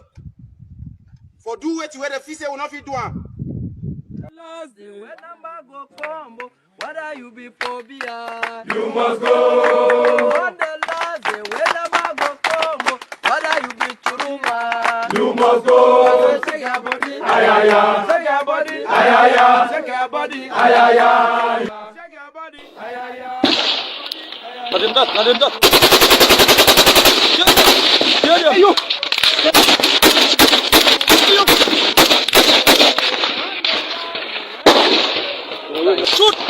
Shoot again! Shoot it! Come on, man, shoot them!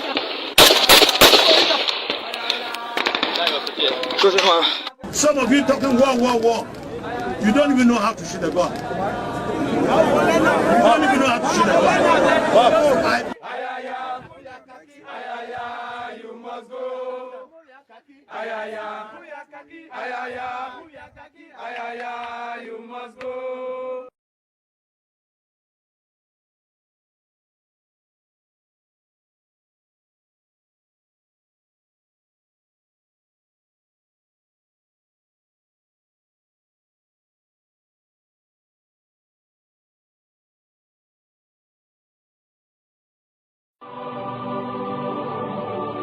Yes, Ambazonia, my motherland, my only land of freedom and peace, a land so accommodating, a land blessed with natural resources. My roots, my nation, till the world hears our cry and intervene. We will speak till our nation becomes a reality.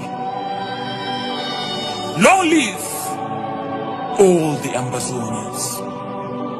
Long live our fallen heroes who gave up their lives to save the future generation of Amazonia. Long live Ambazonia. Our hopes are alive. Peace. We are not giving up. We are not giving up. Amazonians, we are not giving up. We need freedom. We are not giving up. Amazonians, we are not giving up.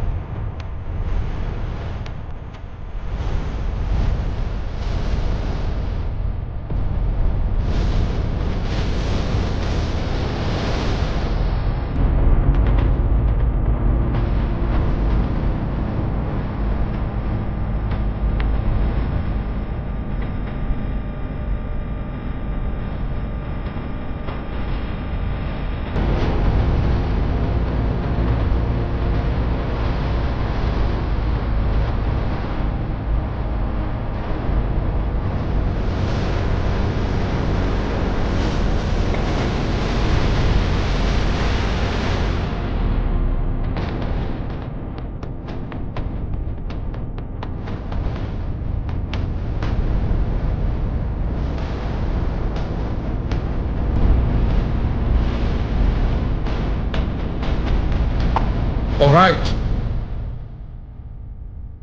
Fellow Ambazonians, all man it please thee. Shishik no day. My apologies for coming on late. Today, I'm very grateful to address all of you. I know we had a long outing the other day during an interview with Chat Night, and I'm grateful that some of you step up the plate in the defense of our cause. As I wrote the day after, Ambazonia is the only place where, in times of a perilous crisis like ours, journalists claim to be neutral. And I wonder if between 1939 and 1945, if the BBC for 1 second could have been neutral. Or during Desert Storm, if you thought CNN could be neutral. We are living in difficult moments. And everybody seems to want to survive above the interests of the collective. And people have lost their sense of sacrifice because of so many years of colonial domination. But I'm hopeful. I'm very hopeful because the majority of Ambazonians, those who picked up arms, the lawyers and teachers who rose up, those in jail, refugees and IDPs who are still fighting wherever they are, and all of us recognize the danger in association with Cameroon. We recognize that Cameroon is like a Titanic that is going aground, and we either bail out or sink with Cameroon. And I think the Ambazonian people have made a firm decision and have made a firm commitment with freedom. And this is above a struggle simply for the notion of independence. As I have said repeatedly, we are faced with a barbaric regime that virtually has no respect for human life. We are faced with a system that has thrived on looting, on killings, on propaganda, and the perpetuation of everything that divides a people, impoverishes them, and keeps them in servitude. And they have made it absolutely clear, if you do not succumb to their antics, you have three places. You are either in jail, or you are in exile, or you are in the grave. They have been very clear about it. Mr. Biya has constantly, during his outings, denigrated every group of people who have risen up with legitimate concerns about his rule, the policies of Cameroon, and their method of responding to the entreaties or demands for political, economic, or social change. And we have also been very clear. There will be no middle ground as far as dealing with Cameroon is concerned. I know people liken that to extremism. We don't want to compromise. As I said during my interview, we compromise with our land. We compromise with our political institutions. We compromise with our economic infrastructures. We compromise with our lives, our liberty. There's virtually nothing left we can offer. And so everybody must know this. It is not the Ambazonian people in the past 63 years that have refused compromise. It has been Cameroon from 1961. They have used all forms of machinations, intoxication, bribery, and corruption, recruitment of thousands of Ambazonians, and turn them into traitors. I was reading a script from one of them today calling our country a Facebook republic. Amazonia is a tangible state with international borders that are treaty-based, recognized internationally. We are a people, not even on the basis of the Banjul outcome, by virtue of the mandate, the trusteeship, by virtue of the natural topographic features that reinforces our borders to give us the opportunity within our homeland to build a common language, a common system, a common lifestyle. We are a people. And so for anybody to think we are a product of some division of an entity called Cameroon, you are engaged in self-deception. And that self-deception is what is leading to Cameroon's self-destruction. We have to be very, very clear about our journey, because that is what we can use to explain our position. This journey has been a journey where all leaders have compromised, giving up everything with a wild hope that maybe their surrender or capitulation will win the admiration of Cameroon and some compromises. Cameroon has been very clear. They've seen us as some form of a lost territory, which they are the mother state to reclaim. And they have been absolute, not in the past, even now, about the fact that we are enemies. We are slaves. And according to them, we have no right to ask for anything. Because after all, human rights are only assigned to humans. And because we are not considered humans, we do not have the opportunity to enjoy human rights or even civil rights. So my people, Cameroon has not only denied our right to exist, it has made it impossible for us to survive as individuals and as a people by the very destruction of the foundation of our economy. They made it impossible for us to trade, to develop, and to create wealth, which is necessary for our survival. By the very fact that they destroyed completely and took over our political institutions, they made it impossible for us to organize, to make laws, to protect, or to codify norms and values. And they knew from the beginning that the foundation of Ambazonia's strength lies in their education. And I'm not talking about some classroom education. In our upbringing, in our nurturing from our homes with our parents, we were tailored to tilt towards values of compromise, tolerance, community, hard work. They knew that even the destruction of our socio-economic and political institutions will still leave us okay through hard work. They then took over our educational institution, revised our history, determined the curriculum of education that we were supposed to have.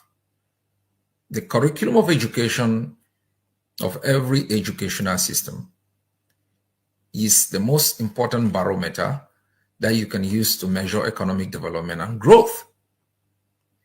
When your educational curriculum is designed by people who are bent on eliminating you from the face of the earth, you can expect the outcome of any education through that system to be worthless. And that's what most of us became. On the left, people line up on the road to exile. They decreed schools that they could never invest in. Our parents will invest in those schools. Amazonian teachers struggled to get the kind of education that they needed to be able to educate the next generation. They were paid so badly. Teachers had to become farmers, bricklayers, taxi drivers just to survive. And sometimes the measure of the worth of a teacher was not about how many qualified students they produce. It was about how many students they failed. And nobody cared. Because why should they, considering how they are treated? Thousands of our people, after graduating from high school, went over to either Biafra land, Nigeria. A very few who had the opportunity went United Kingdom, United States. Those who went to Cameroon became frustrated. We then went back on the street to demand for the creation of the University of Biya. It took lives and limbs to get that university. And they said they were going to teach us a lesson, since we had to compel them to decree a university. And in decreeing the university, they decreed the University of Ngaoundere, I think Yaoundé too, Marwa and other places, so they can split the budget thing. And so Amazonians ended up in a university where there were neither computers within a computer department, nor a lab within the science department. Everybody was struggling for certification rather than knowledge. Nobody understood the foundation that they needed to lay if they needed to be qualified professionally.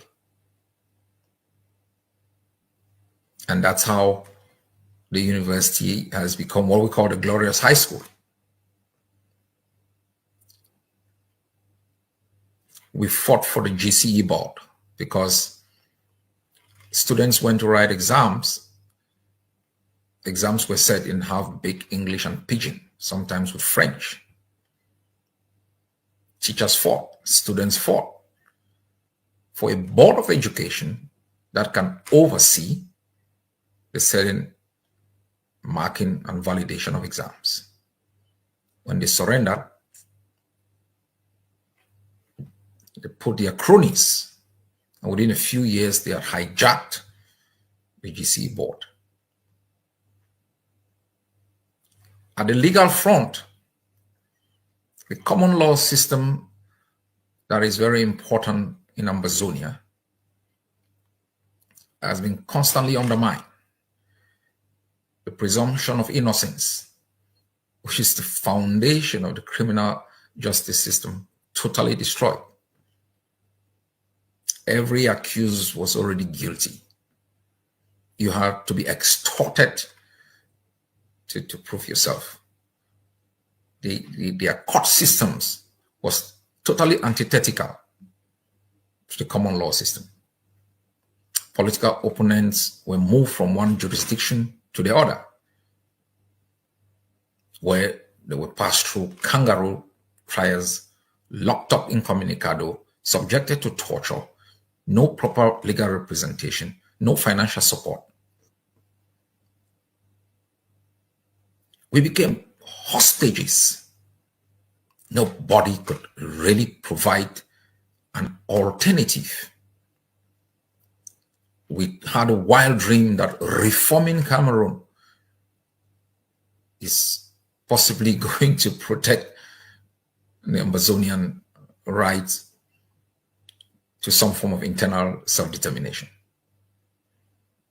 They organized elections where in urban areas they appointed government delegates to oversee elected mayors. In rural areas, DOs became the de facto mayors. They did everything to emasculate the Amazonian people.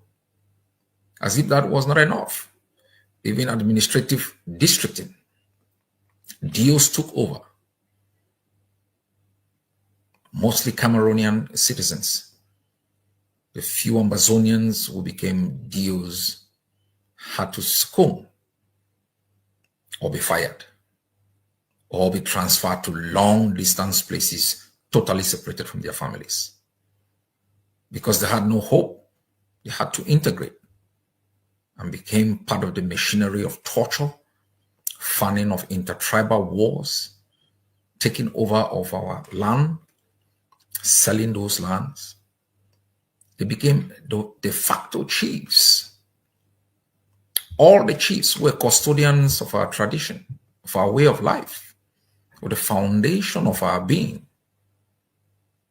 Held their position in abeyance to obeying the laws of Yaoundé, submitting themselves to the authority of the very butchers that have devastated their communities.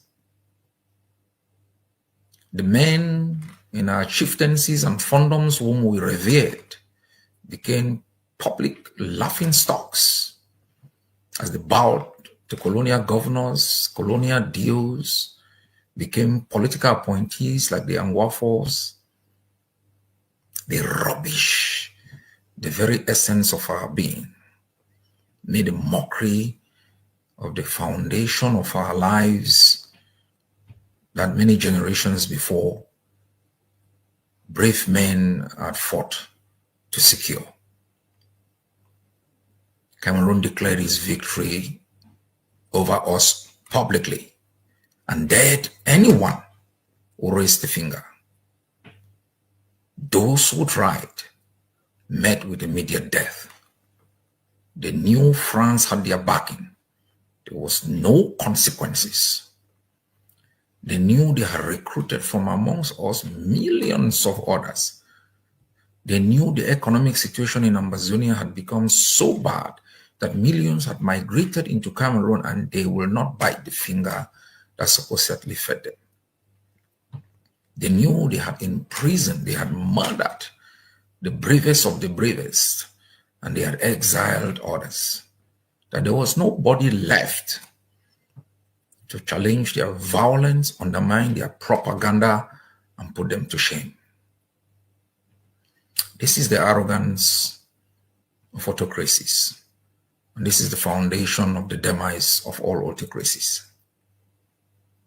My people, so if at any moment you have the feeling that maybe we are pushing so hard, maybe we are not making compromises, you should know we are coming from someplace called the Endelis, the Fonchas, the Joas, the Monas, and others who made meaningful compromises, ended up being humiliated.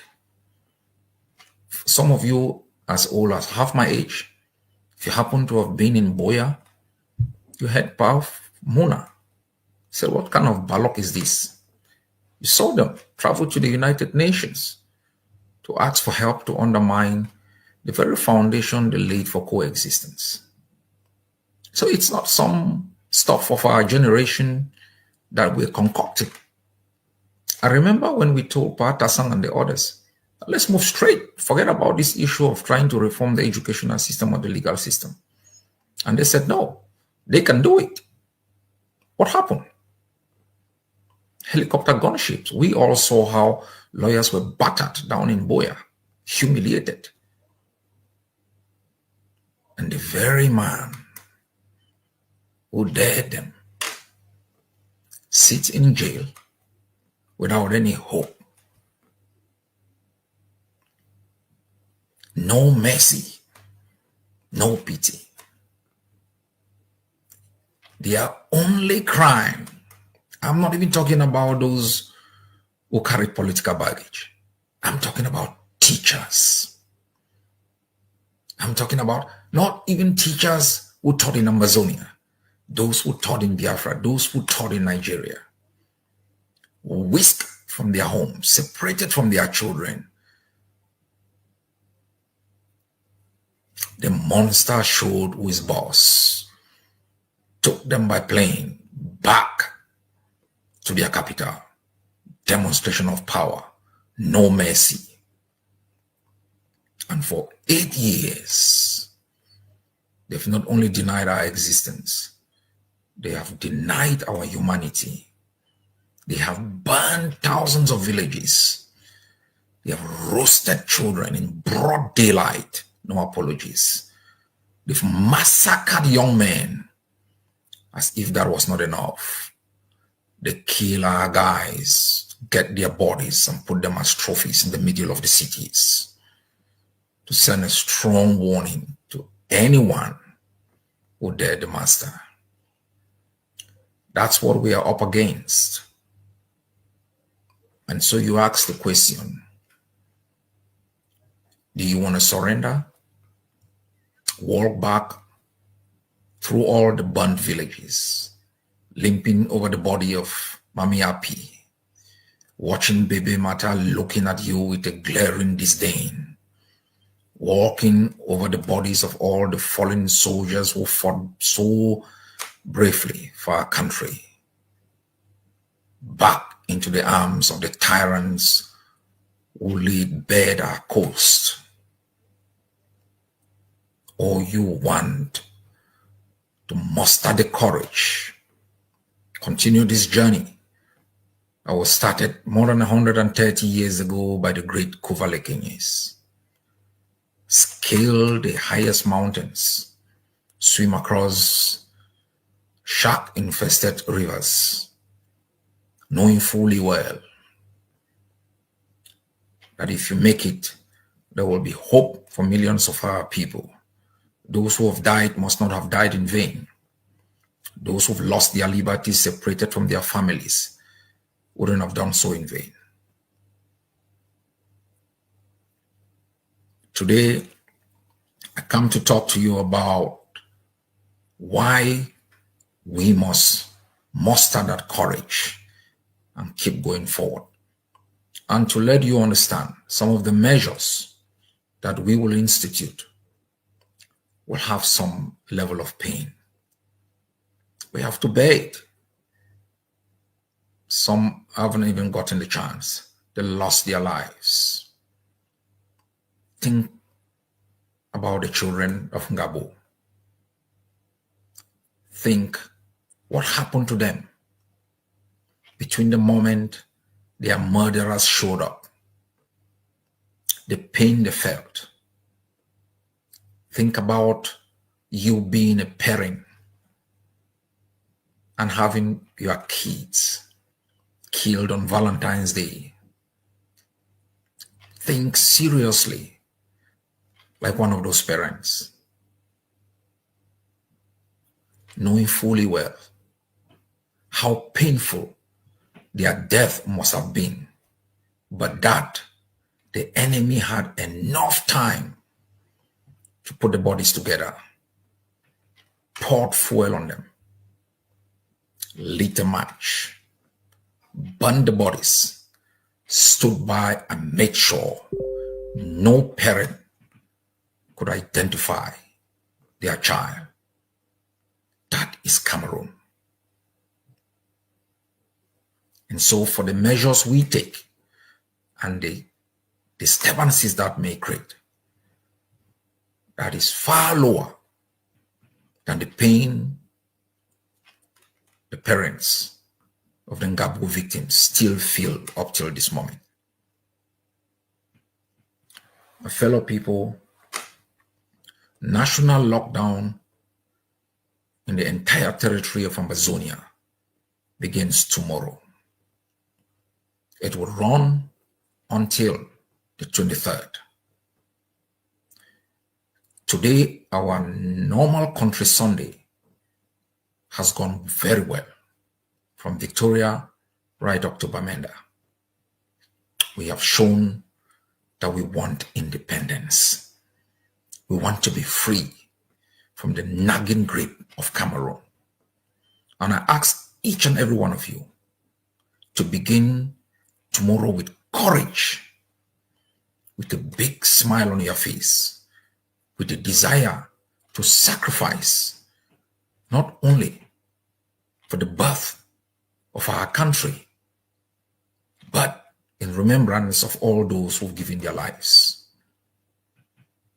Just imagine how those in Kondengi got up today and saw the videos of the various cities and closed their eyes and said to themselves, thank God we have not been abandoned. Whatever you do in furtherance of our cause of freedom, you must know you are impacting the lives of those in jail in a very positive manner. You're giving hope to the mothers and fathers, the brothers and sisters who have lost their loved ones. We must vomit Cameroon. We must reject it in all its entirety. We must hate it. It has caused enough pain in us. And I know you ask, what's the alternative? We have presented the alternatives to you. And I'll take a few points in terms of education.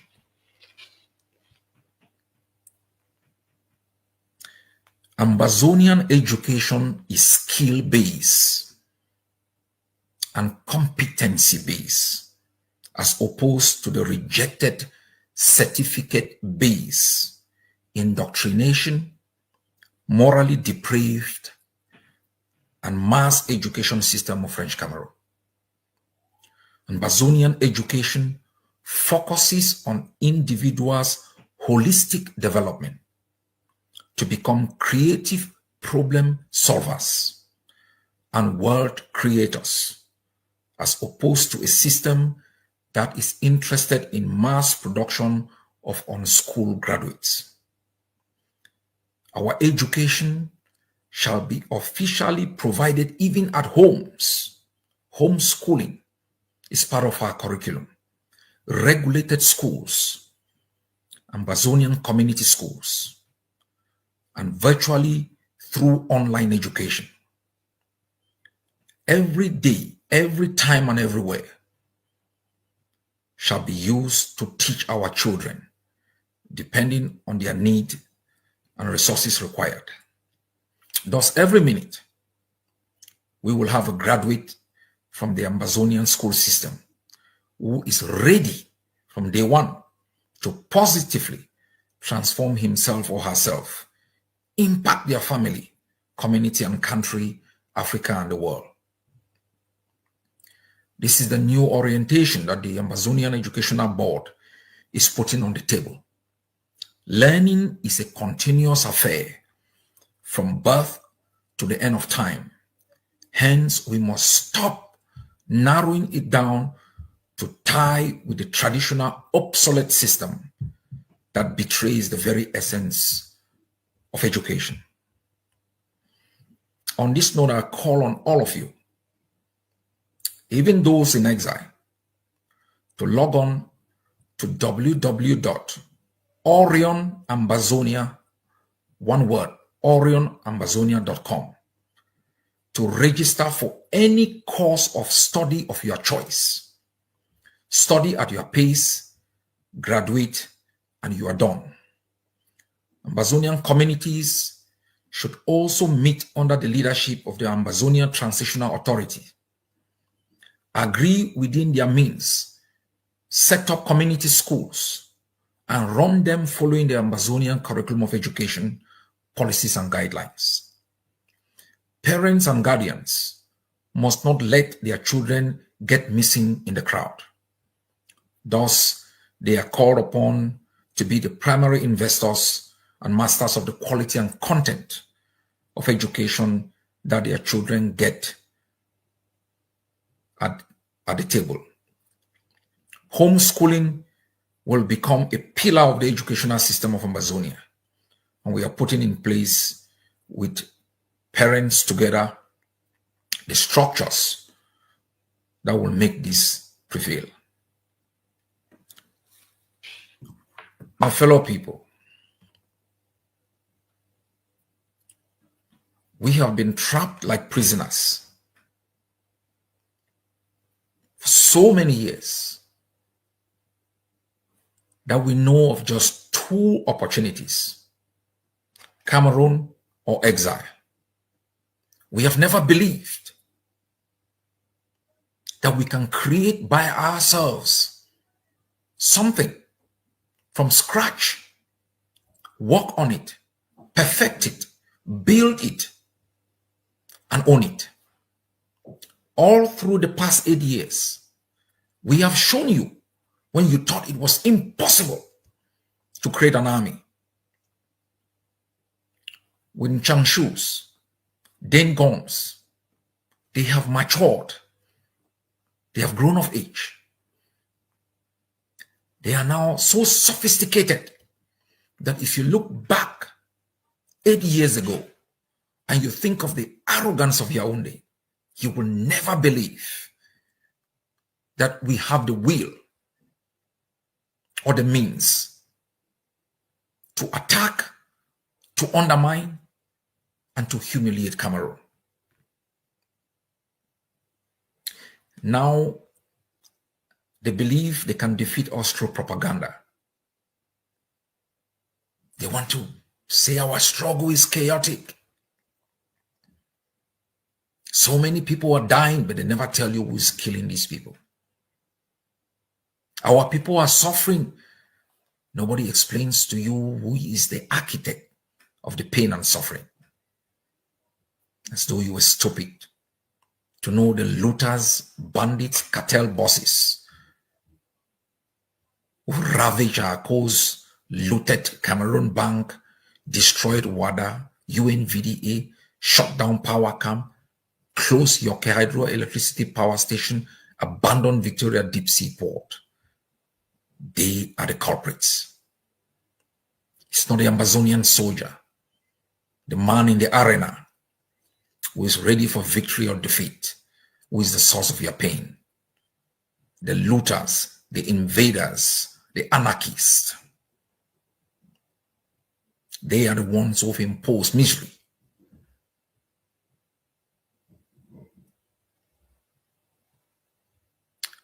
We shall overcome as a people together, and we must stick together. God bless you all.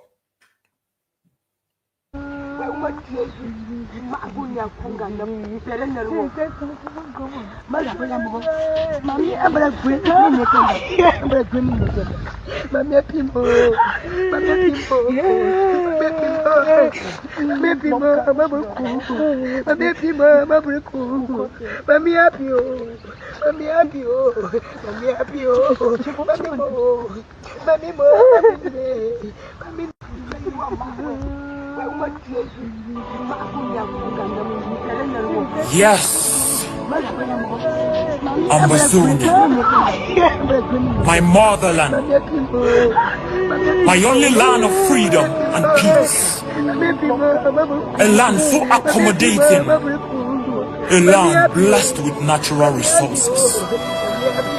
My roots, my nation, till the world hears our cry and intervene, we will speak till our nation becomes a reality. Long live all the Ambazonians. Long live our fallen heroes who gave up their lives to save the future generation of Amazonia. Long live Ambazonia. Our hopes are alive. Peace. We are not giving up. We are not giving up. Amazonians, we are not giving up. We need freedom. We are not giving up. Amazonians, we are not giving up.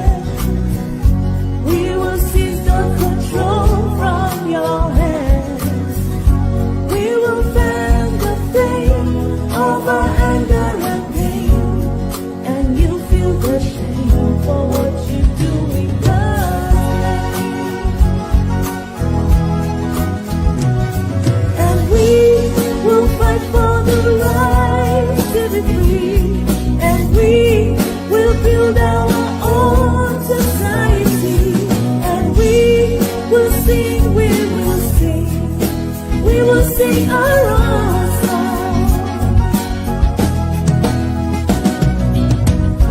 When the ancient drums rhythms ring, the voice of our forefathers sing.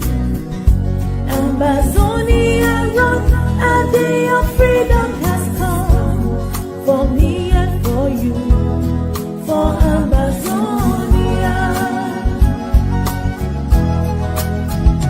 And we will fight for the right to be free, and we will build our own society, and we will sing, we will sing, we will sing our own song.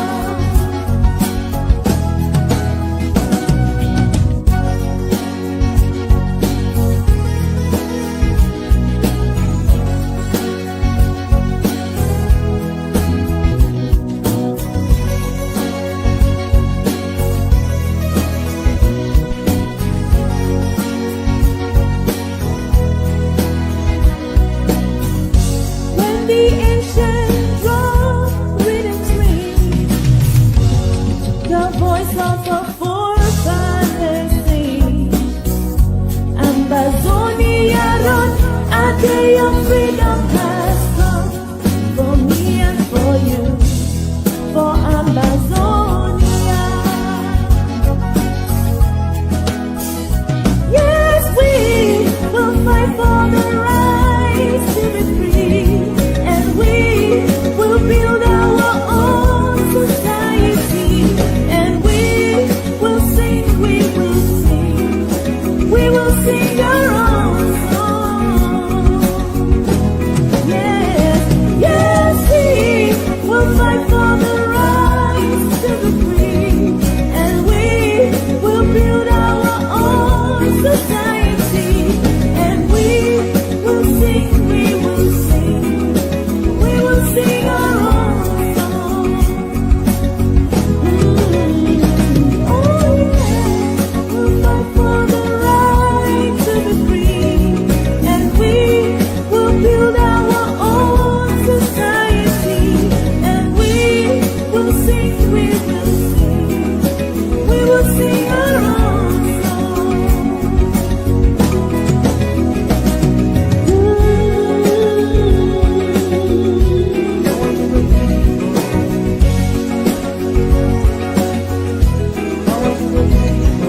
Ambazonia, fighting with you. Ambazonia, fighting with you. Ambazonia, fighting with you. Ambazonia, fighting with you. Ambazonia, fighting with you. Ambazonia, fighting with you. Ambazonia, fighting with you. Moleli mo Maria, e pa koke Maria, e beti leke, e jele.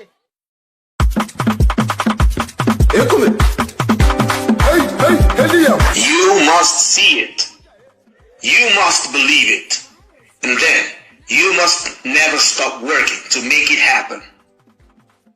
This can be Chico. This can be Limbe. Ambazonians, believe in yourselves. Stand for your country. Pay your liberation tax. Free yourselves. Mama really say, orange tomoto, na mo e pa kokote, oleli mote, mama really say, orange tomoto, na mo e pa kokote, mama maika we lolo teni.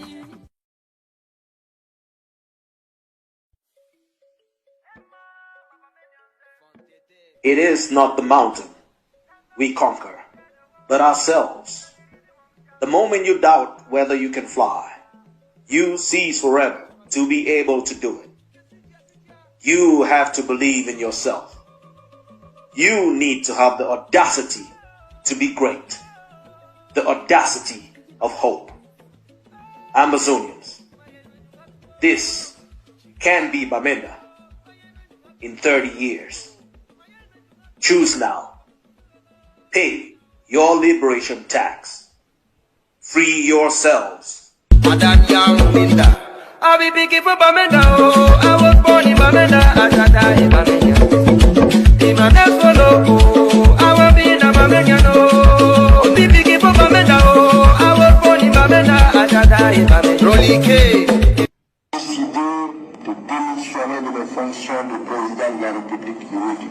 Le destin présidentiel se dessine peu à peu avec sa nomination comme Premier ministre d'Amadou Ahidjo. Il est le successeur constitutionnel. In the history of La République du Cameroon, two men have held the nation hostage at gunpoint, Ahidjo and Paul Biya.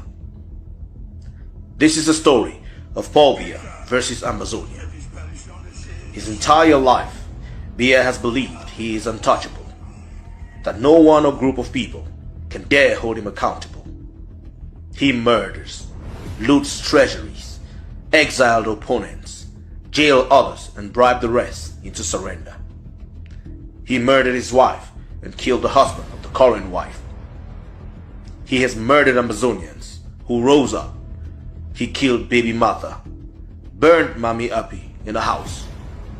He butchered Samsoya and got his head chopped off. He burned thousands of Ambazonian homes and villages, drove millions from their homes and turned them into IDPs and refugees. He murdered children in Gabo on Valentine's Day. All those he couldn't kill, he locked them up. Some who escaped were kidnapped from abroad and brought back to Cameroon.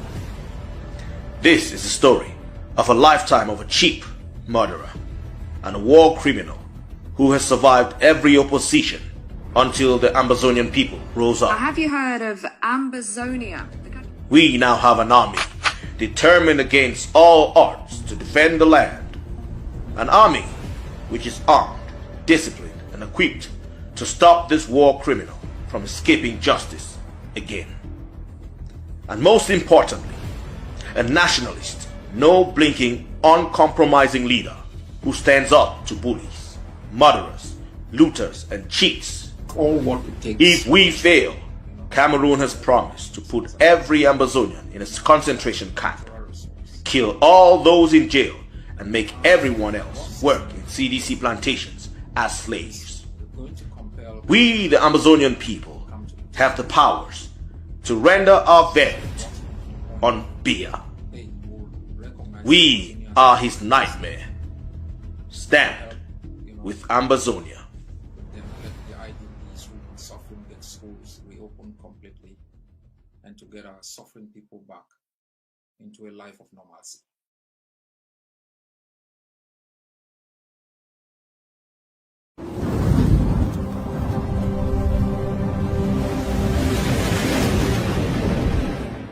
Welcome to ACN.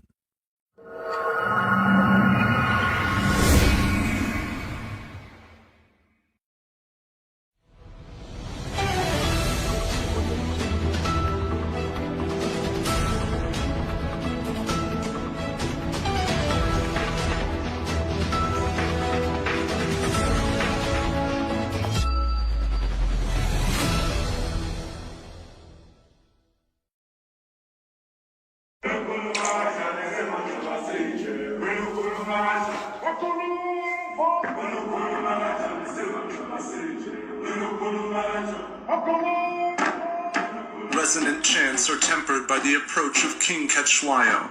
20,000 men are arrayed variously in ostrich feathers and jaguar pelts, and in their hands shields and iron-tipped spears. The king addresses them. I have not gone over the seas to look for the white man, yet they have come into my country, and I would not be surprised if they took away our wives and cattle and crops and land. They want to take me. What shall I do? The clans of the Zulu kingdom answer him with loud professions of loyalty. From the beginning of time, man has always resisted tyranny and occupation. Humans have always organized themselves to fight and defend their villages, states, and kingdoms from occupation. Ambazonia is not the first territory to be occupied by the enemy. When Lucas Joe Ayaba declared the right to protect against the Bulu terrorists from across the Mongol, like all other revolutionaries, he knew when the enemy can't beat you, they will try to arrest you.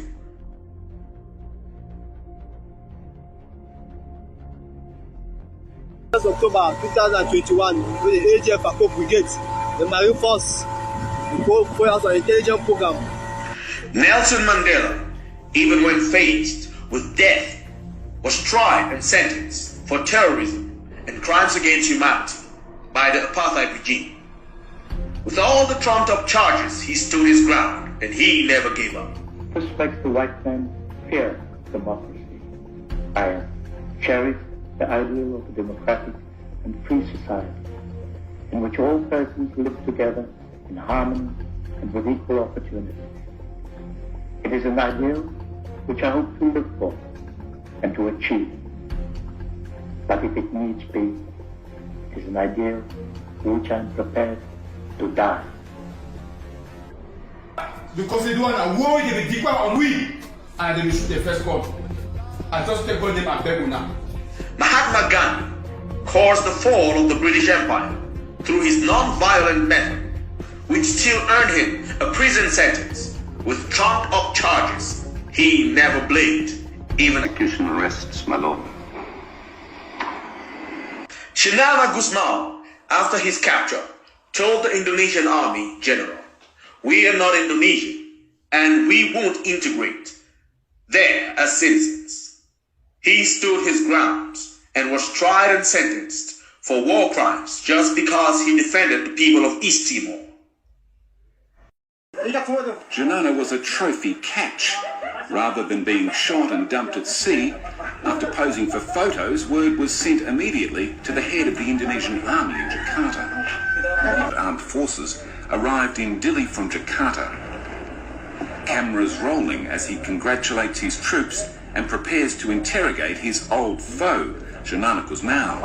Sutrisno offers his catch one last chance to accept integration.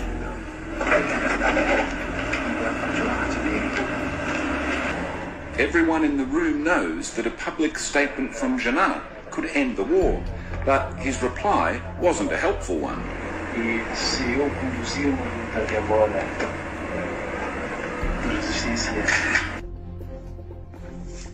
To be a revolutionary is to be in exile, in jail, or in the grave.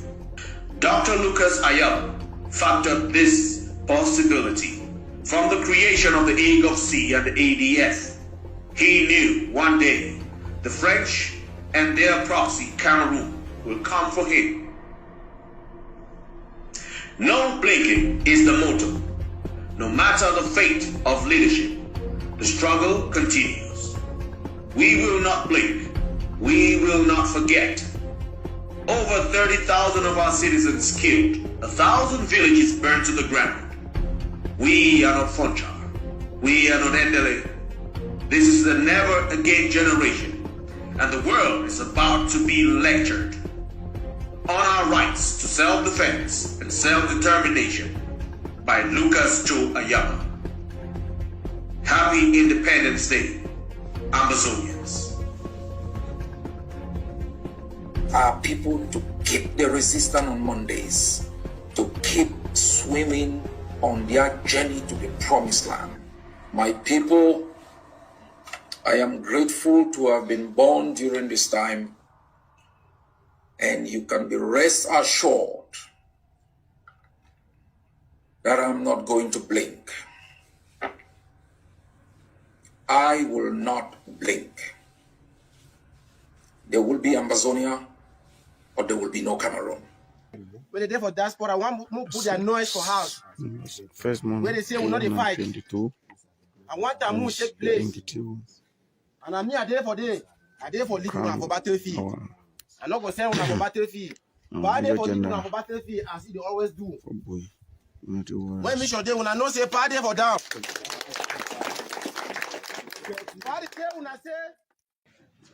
We are tired in Meme division. Young Linda.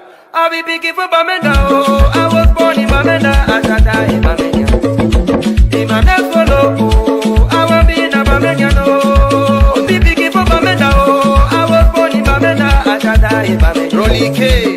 In my next follow.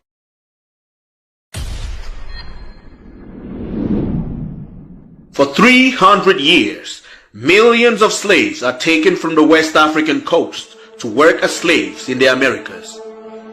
Many from Ambazonia and Biafra, thus connecting our will to be free with those of the Haitians, the first black republic to gain independence from France. Ambazonia is a name derived from Ambas Bay, which was a colony of freed slaves in our territory. Haiti and the Haitian War of Independence. Fueled by the ideals of the French Revolution, the Haitian Revolution begins when slaves rose up against France and its exploitation on the land of Hispaniola. Toussaint Louverture, alongside his comrade Dessalines and Christophe, made sure they took complete control of Hispaniola and the area controlled by the Spanish called Santo Domingo, present-day Dominican Republic. Toussaint declared himself Governor General for life. This angered Napoleon Bonaparte. The French Revolution sent shocking waves throughout all their territories on the planet. All the slave colonies heard the word liberté, égalité, et fraternité, and they asked themselves,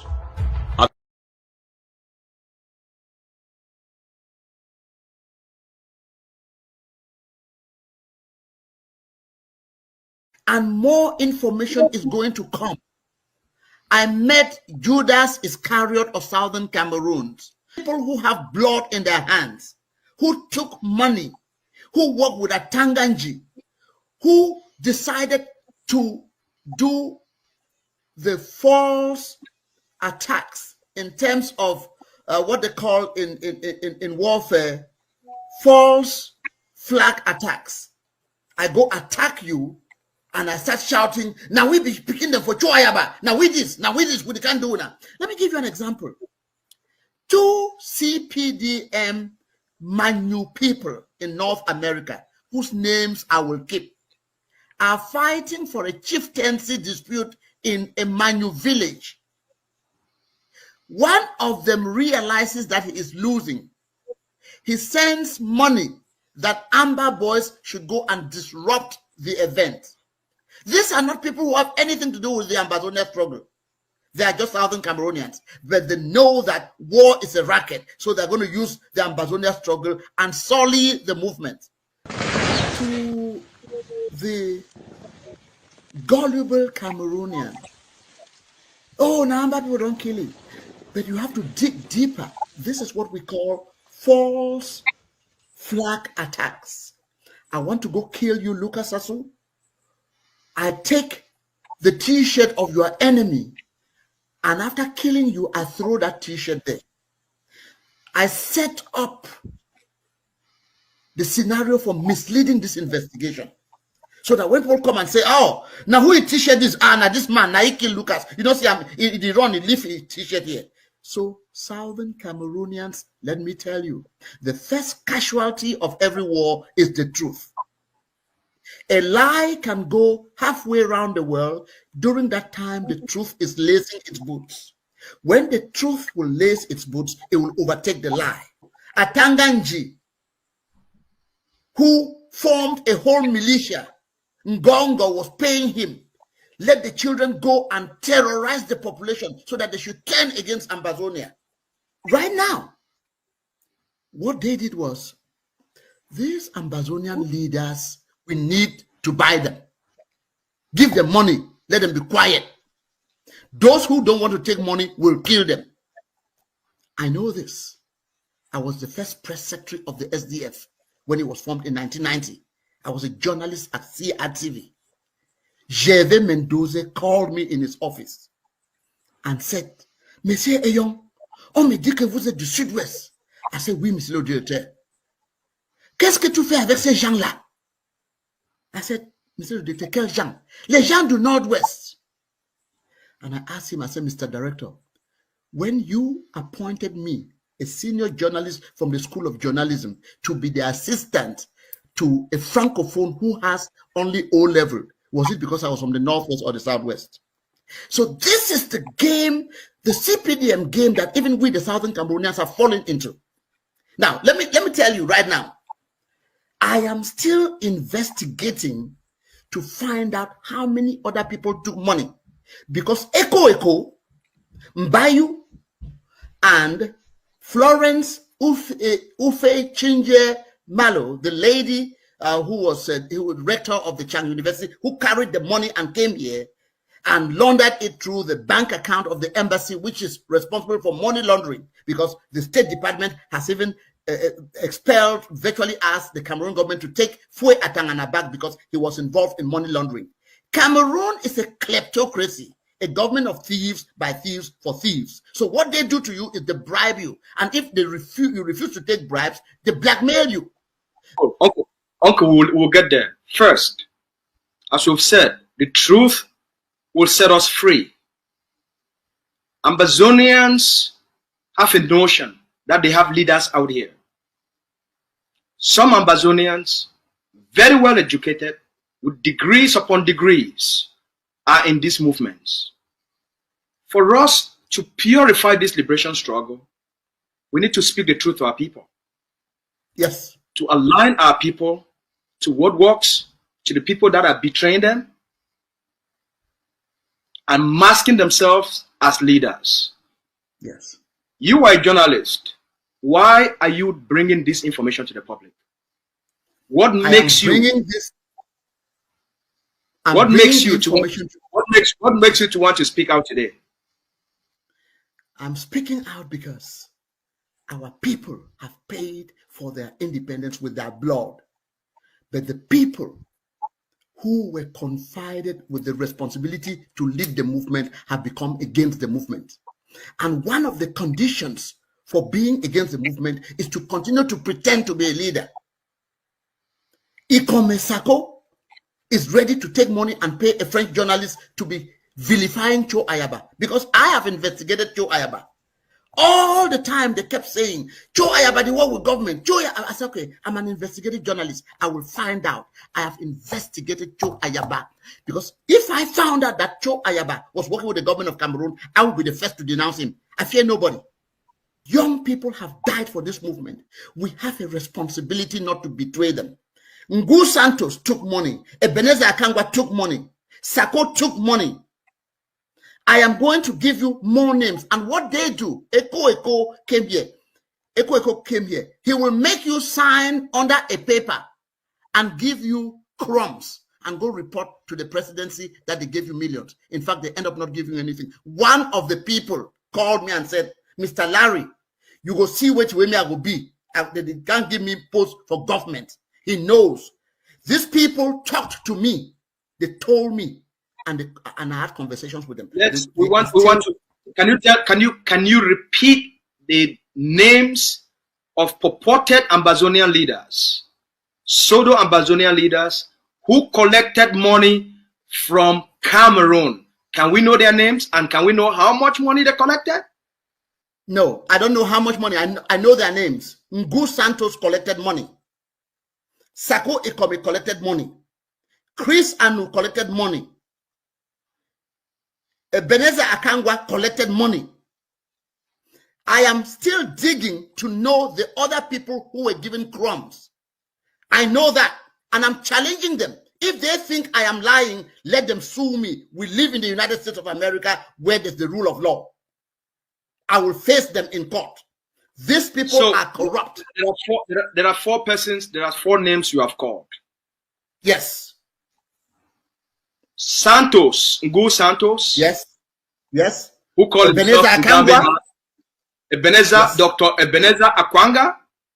Yes. Samuel Sako Ikome. Yes. And Chris Anu. These are the four names you have called. Yeah. And the lady who carried the bags of money and came here for the distribution, as part of the distribution, is called Florence Ufi Chinje Malo.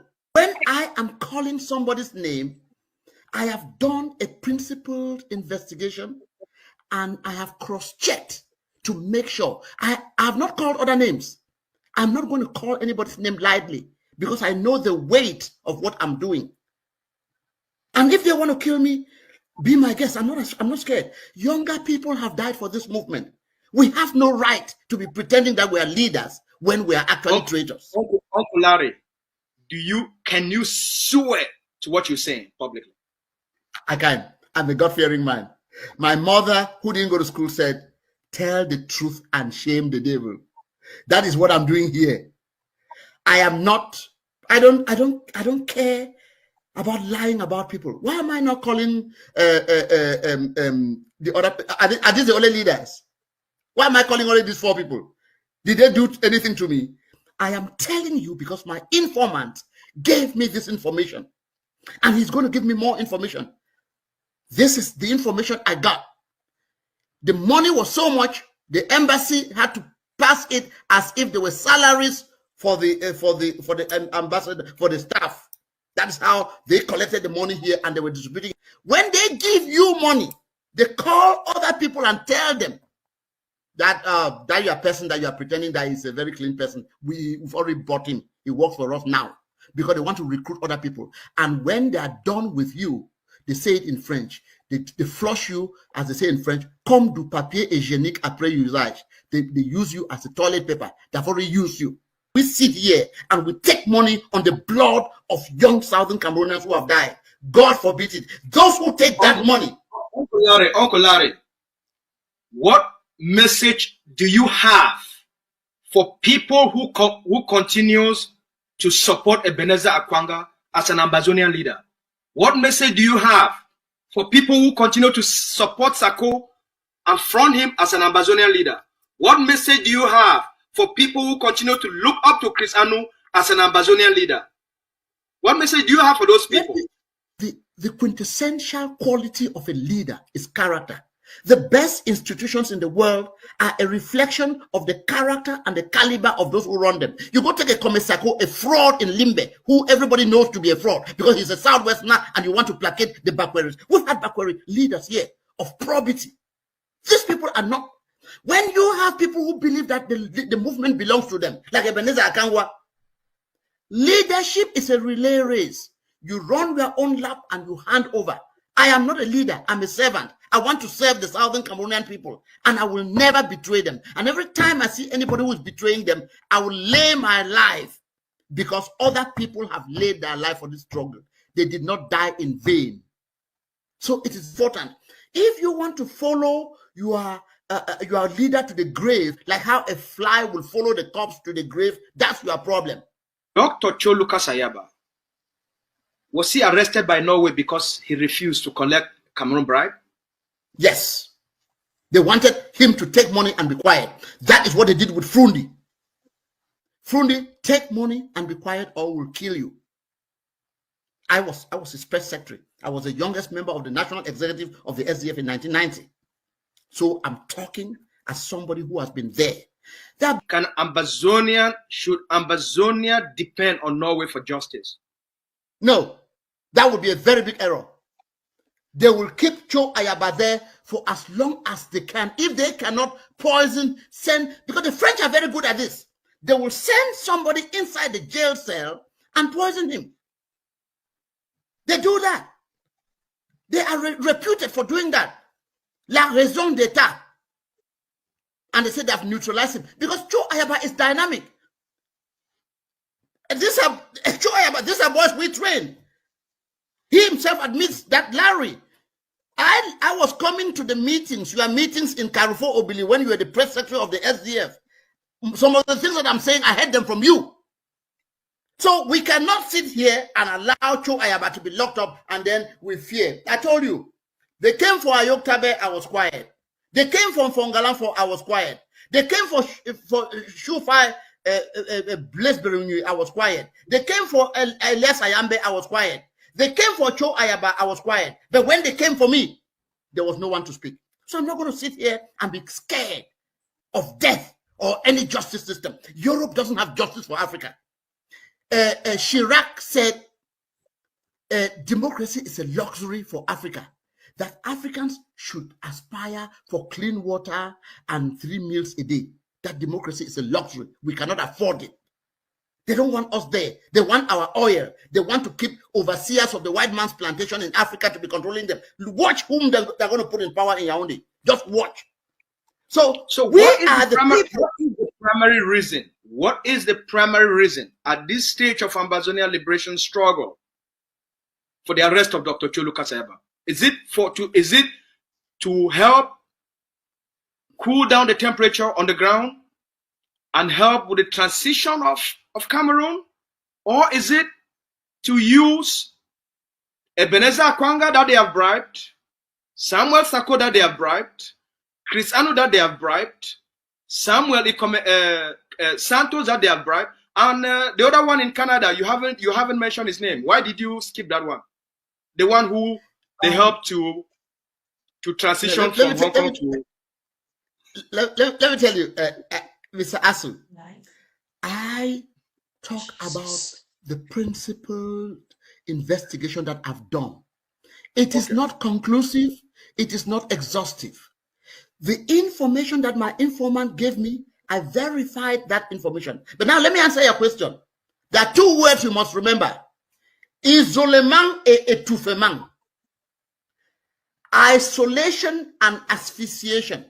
You isolate the leader so you can suck the oxygen out of the movement, because the French are very, very Machiavellian.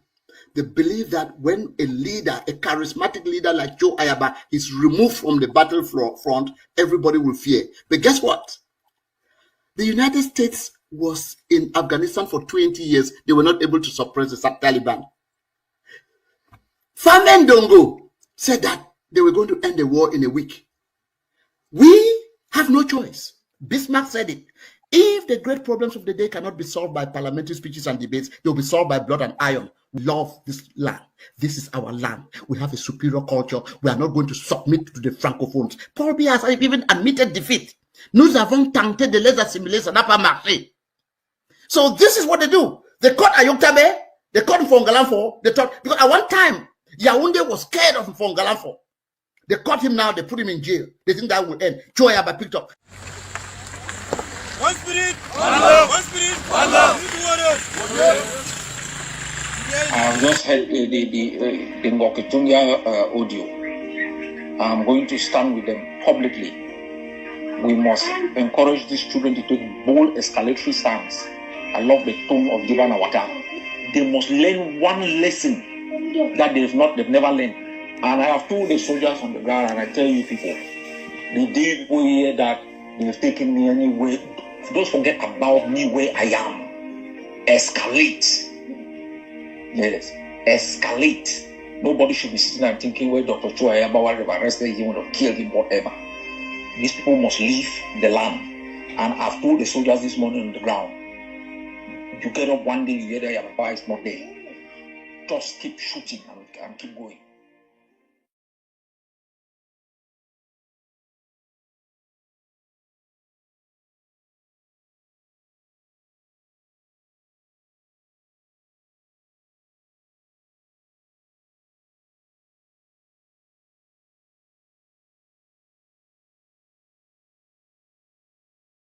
Honorable Joy Irobi is the Director General of the Brigi Ministry of Foreign Affairs, and she will introduce our guest speaker from Ambazonia, Sheikh Kavi.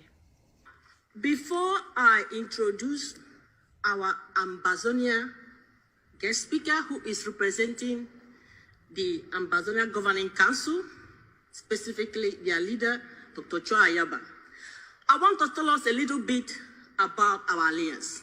Now, if you remember, last year, 2023, in Helsinki, we already had the Ambazonia and Biafra Defense Treaty, and this was signed in person by Dr. Chua Ayaba with our Prime Minister.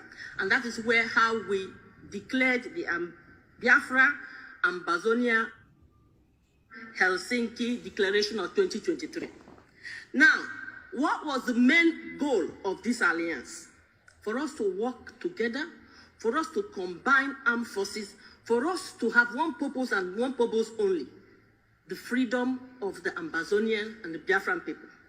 Now, also, December last year, there was a press conference held by both leaders. And in this press conference, they were able to establish the creation of the Ambazonia Biafra Council of International Affairs and Economic Council.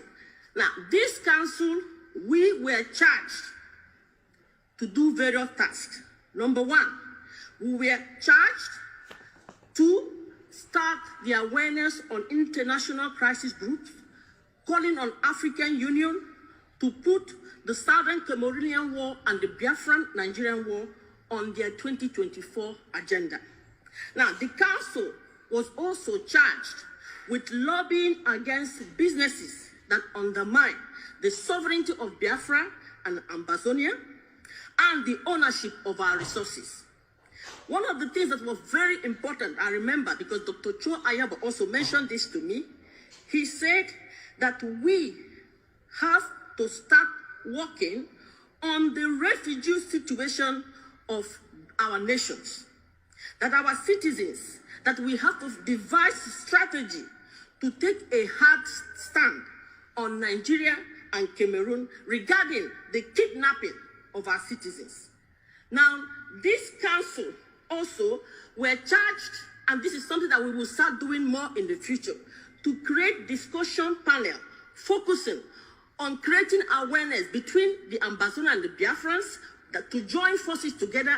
And I'm talking about just a normal Ambazonian, normal Biafrans, to have conversation, create awareness, focusing on how are we going to deal with defense allowances, like we are now hearing about the taxes, diplomacy alliances, and economic alliances. Now, I do not want to take a lot of time. I would like to call upon Honorable Sheikh Kavi.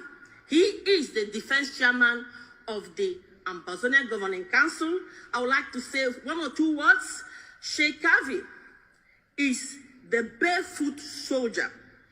He is the founding father of the Ambazonia Governing Council and the Ambazonia Defense Forces, Ambazonia representative of the Biafran Alliance.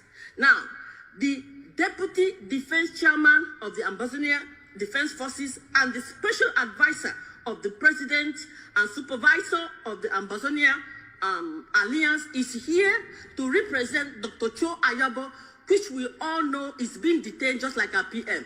Please, great Biafrans, I would like us to give a loud round of applause to Honorable Sheikh Kavi, Ambazonia Governing Council. Can sit down, please. Thank you so much. Thanks for that honor, and thanks for the reminder, Dr. Joy. Like I was saying, it's a pleasure for me to be here this evening and to address a crowd as big as this one.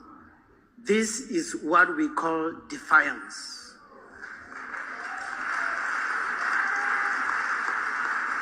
This is a very strong message to Finland. So with this mammoth crowd, Finland should be shaking. Those who are behind Finland should be shaking. Today you have shown Finland, Norway, and all the other hypocrites in Europe who think that arresting our leaders is democracy or it is human right, that they are ashamed. Finland, Norway are a disgrace to Europe. I am always very raw. I don't sugarcoat my words. You cannot detain an ideology. It is only somebody who needs a screwdriver to rescrew the knots on his or her head that will think that they can arrest an ideology, put in a bucket and lock it. You cannot shoot an ideology with a gun. You cannot destroy it. You cannot do nothing. When you see somebody running to the toilet and something distracts that person, know that that person don't have enough pressure. When you have enough pressure, you kick everything that is on the road. Yesterday, I was surprised that the people of Biafra have that pressure of somebody with a running stomach.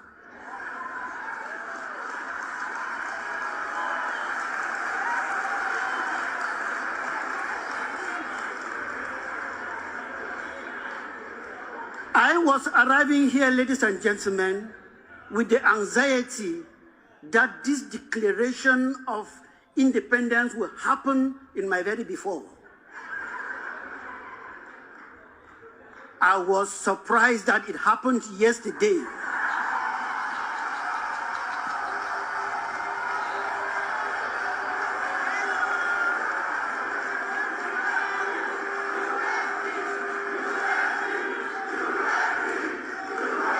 Thank you, thank you, thank you. This showed that the pressure that we have for the toilet is the same pressure we have for this independence. Nothing, even Finland, could stop us. They arrested Mazi Nnamdi Kanu. Did it stop us? They arrested Dr. Cho Lucas Ayaba. Did it stop us? Now they stupidly went again for His Excellency Simon Ekwa. Has it stopped us? Yet we declared.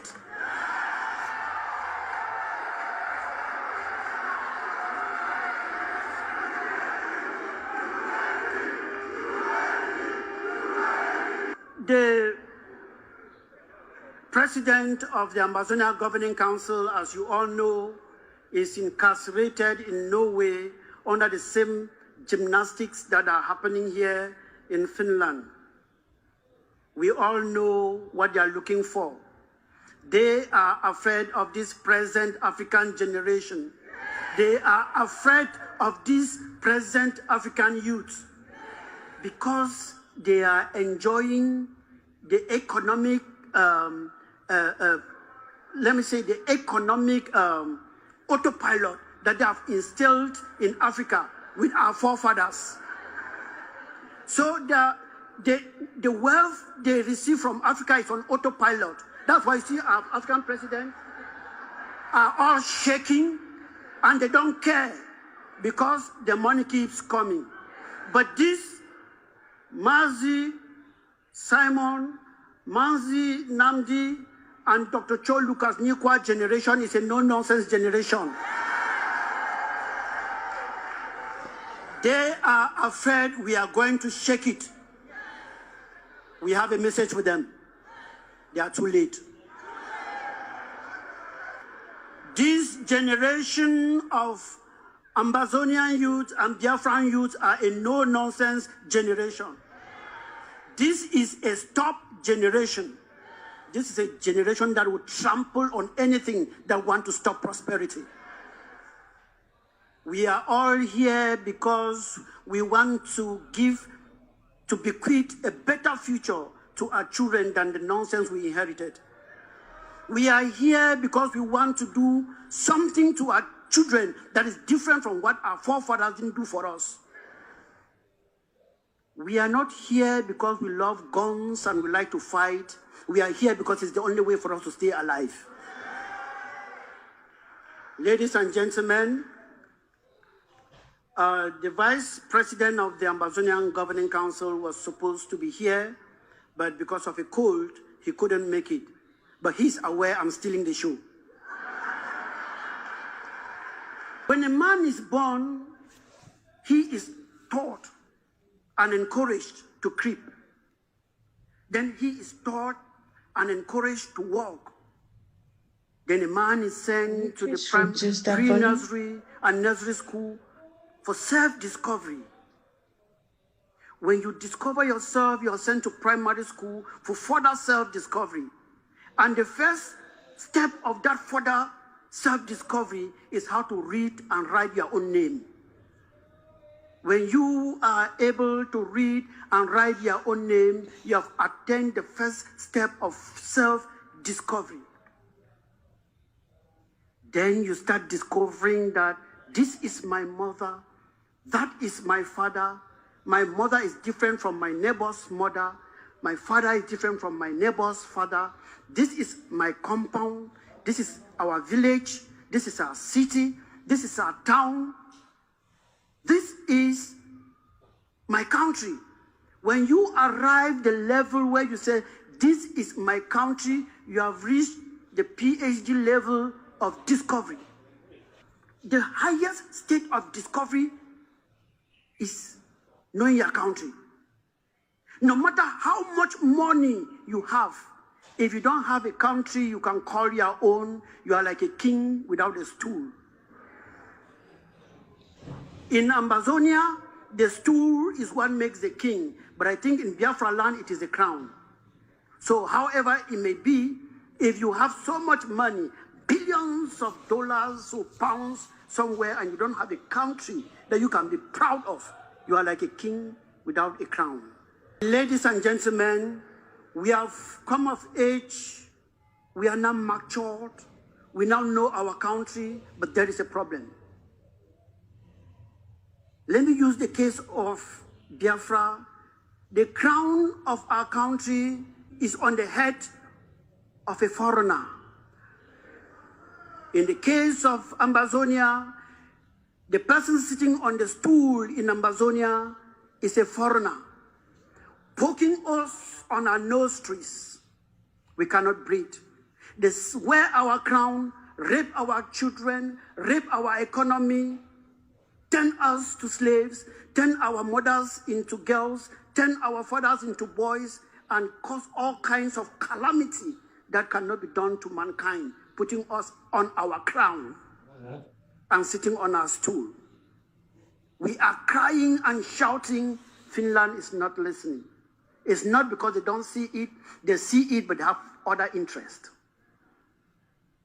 We are shouting and demonstrating all over the world. I remember we demonstrated in Brussels, Ambazonia and Biafran demonstration, the 2 million man march in Brussels. Who listened? Nobody. But they are fast as picking us up, picking human rights activists up. It is the same Europe who watched South Africa, the white people in South Africa turning black people into semi-humans. They use black people to train their dogs and cats. Like I said, when it comes to the freedom of Africa and African people, I'm a dog that is difficult to be tamed.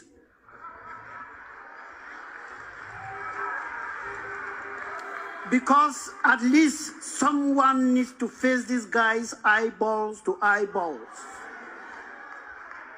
I am a soldier. I call myself the barefoot soldier. Man lives today and tomorrow he is no more. Something must kill a man. So as South Africa used the black people to train their dogs, you all watch on TV how they were doing all of these things. This same Europe was watching and saying nothing. When Nelson Mandela, the great Namzi Nelson Mandela, stood up to say enough is enough, they caught him, put him to prison, and called him what? A terrorist. Same people who were watching how blacks were being killed called him a terrorist. And I quote Margaret Thatcher, called him a terrorist. When South Africa was free, it is the same people who were calling Nelson Mandela His Excellency. Hypocrites. I bet you not long from now, His Excellency will appear.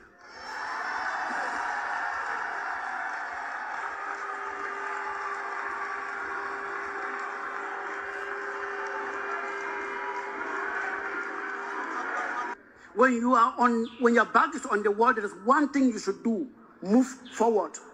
Moving forward is facing your enemy eyeballs to eyeballs. Moving forward is using the same stick that the enemy is using to beat you with. If the enemy is using an AK, use an AK. If the enemy is using an RPG, use an RPG. The right to defend yourself is an inalienable right, and no one should take it away from you. No matter how much they arrest or do what, never bow to them, because we are free. Akanchawa, it is written.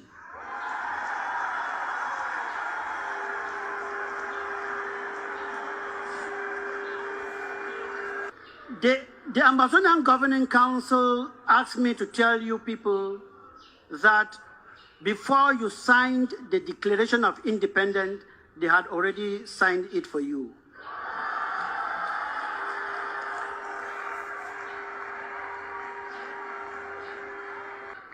You know, Ambazonia declared her independence sometime in 1999 when Justice Elubede Ebong, Chief Ayamba, and a host of others seized Radio Biya and declared the independence of Ambazonia. But we had one mistake. And that mistake is something that my president, Dr. Cho Lucas Ayaba, told His Excellency Mazi Nnamdi Kanu, my brother, don't make the mistake we made in 1999. Independence must be defended. Don't declare independence if you don't have an army to back you up.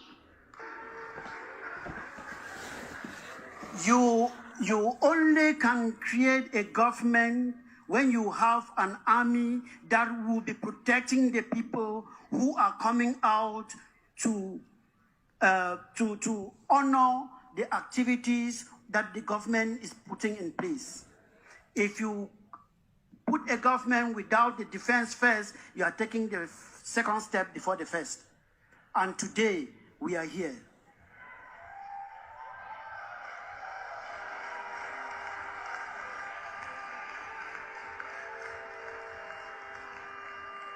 The Biafran government in exile, I cannot say that I am proud of you. I am flying with you. The zoo thought that we were just that surface of the ocean. We are dragging them down to see what we really have.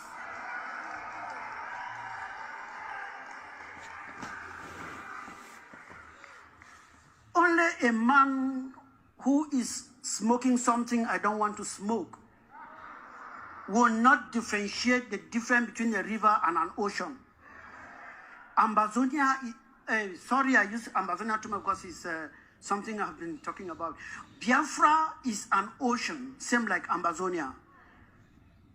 The Biafran people are too rich, not only economically, but too rich mentally, that they should not be enslaved by people lesser than them.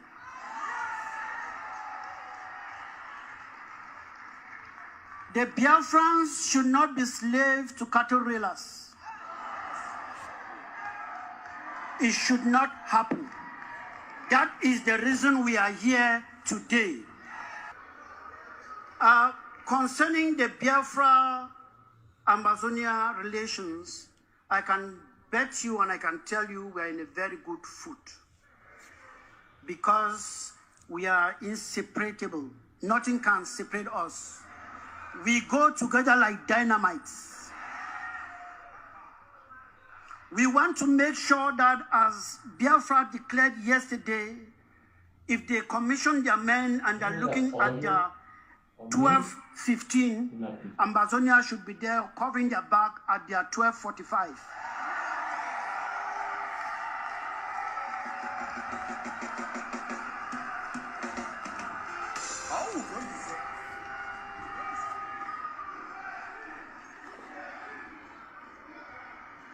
That is why I stand here as an honorable member of the defense unit that we have with the Biafrans, and I want to salute the chairman of the Biafran defense government in exile, because he's a chairman of that our group and he's doing a marvelous job. And I cannot go without giving his salute.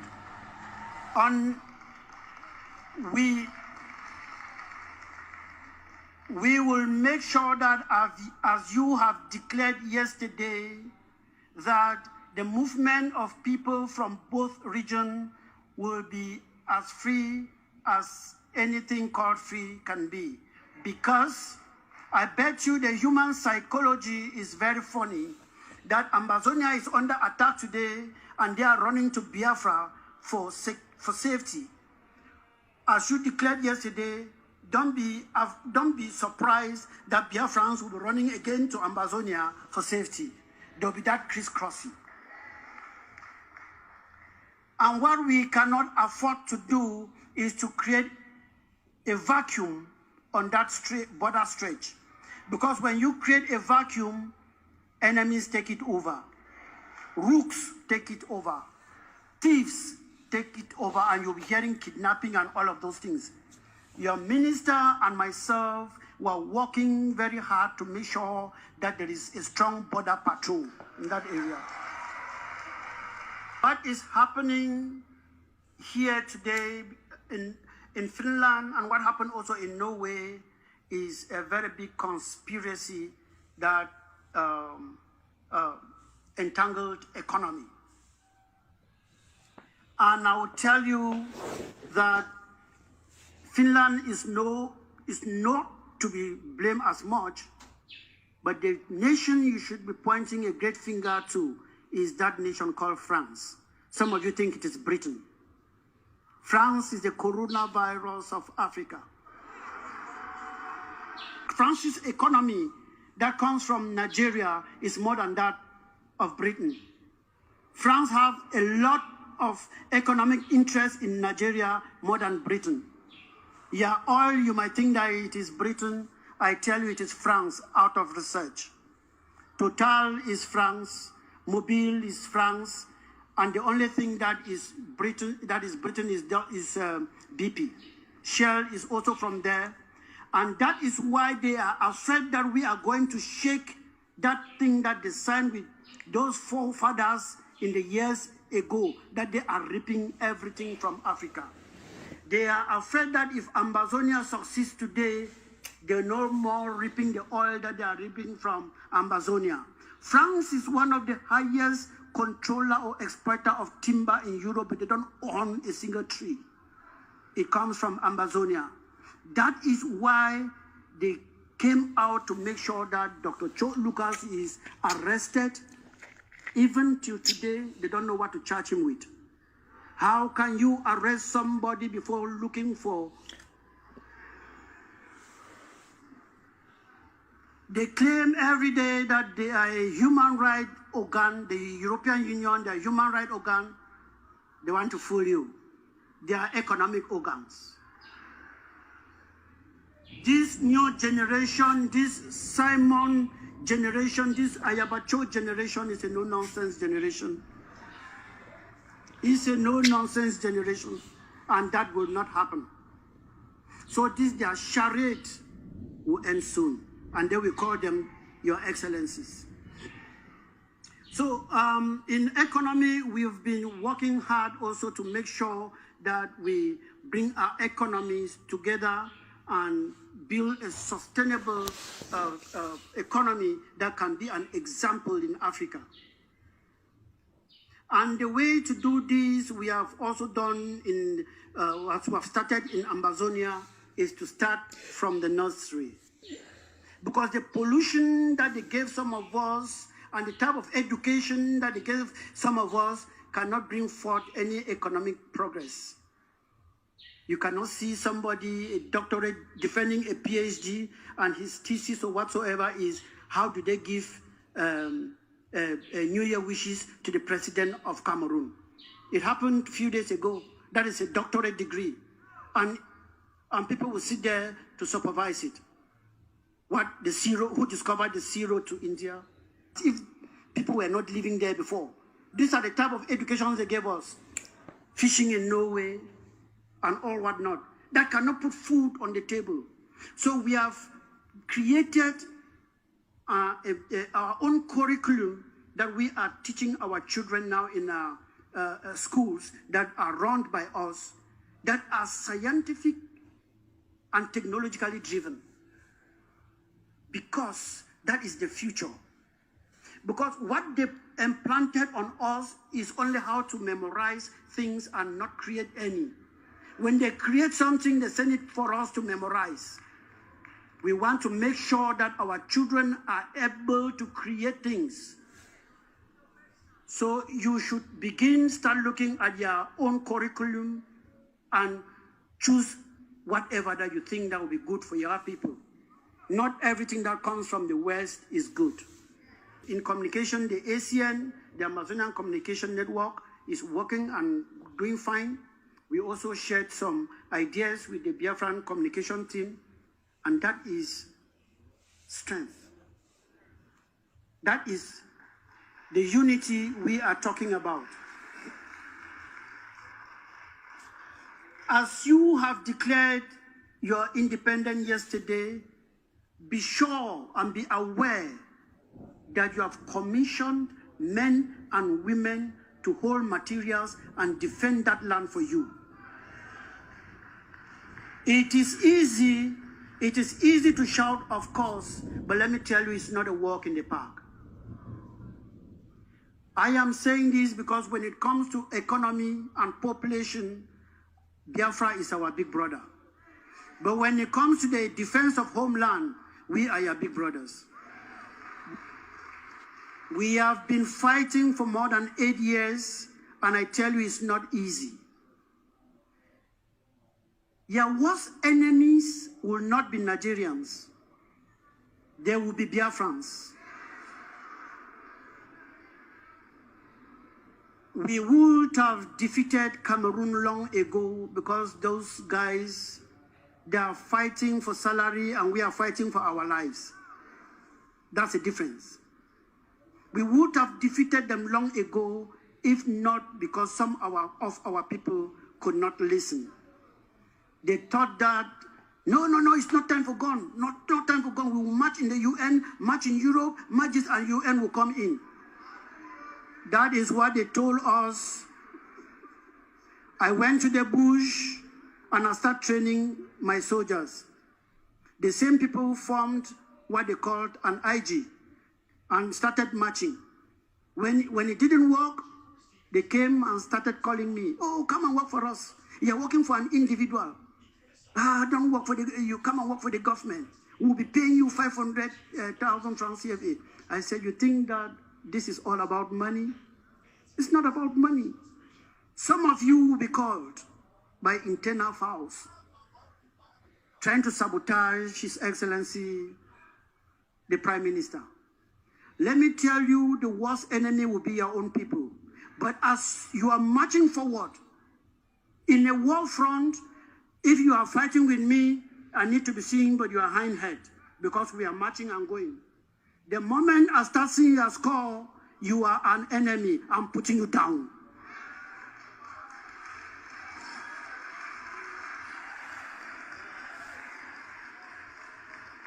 I am talking out of experience. Do not see an enemy looking at you because they are enjoying the crumbs from the master's table, and you start saying, no, that is Obinana. How can you kill? Put him down. Put him down and march. And I tell you, some people who are clapping here today and are enjoying today, when this thing goes further, you might not see them. They will start dropping one after the other. So be prepared. You're coming here because of somebody. When that person drops, you'll be forced to drop. Be convinced of what you are doing. But there are 3 things that we need to do to claim it. The first thing will be that we should be aware that this thing is not going to stop in 2 weeks, 3 weeks, or 4 weeks. Be prepared for 50 years. If it comes in 2 days, fine and good. But if you are prepared for 2 days and you see that it is 3 days, you will give up. That is why you see some of us are still standing strong, because we were prepared psychologically. So there are three things you have to do to make sure that you have this. Because your freedom is already on the floor, it is left for you to bend down and pick it up. So these three things are that you have commissioned men and women to war. If any individual can tell you that he or she can clearly define war, that will be a lie. There is no clear-cut definition. So there will be chaos. And in the midst of that chaos, make sure that you will supply the materials these fine boys and girls need to defend you.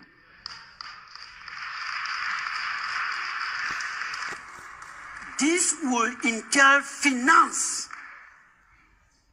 This will entail finance. I'm talking out of experience. Cameroon is still in our land today because we are suffering with shishi. So I'm here to tell you so that you should be prepared. The independence of Biafra is the independence of Ambazonia. And that of Ambazonia is that of Biafra.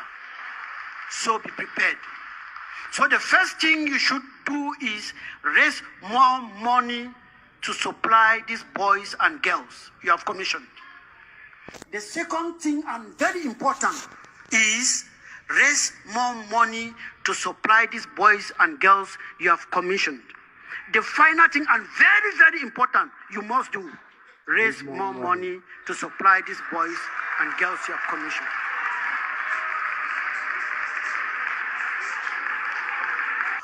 I can talk to you tomorrow.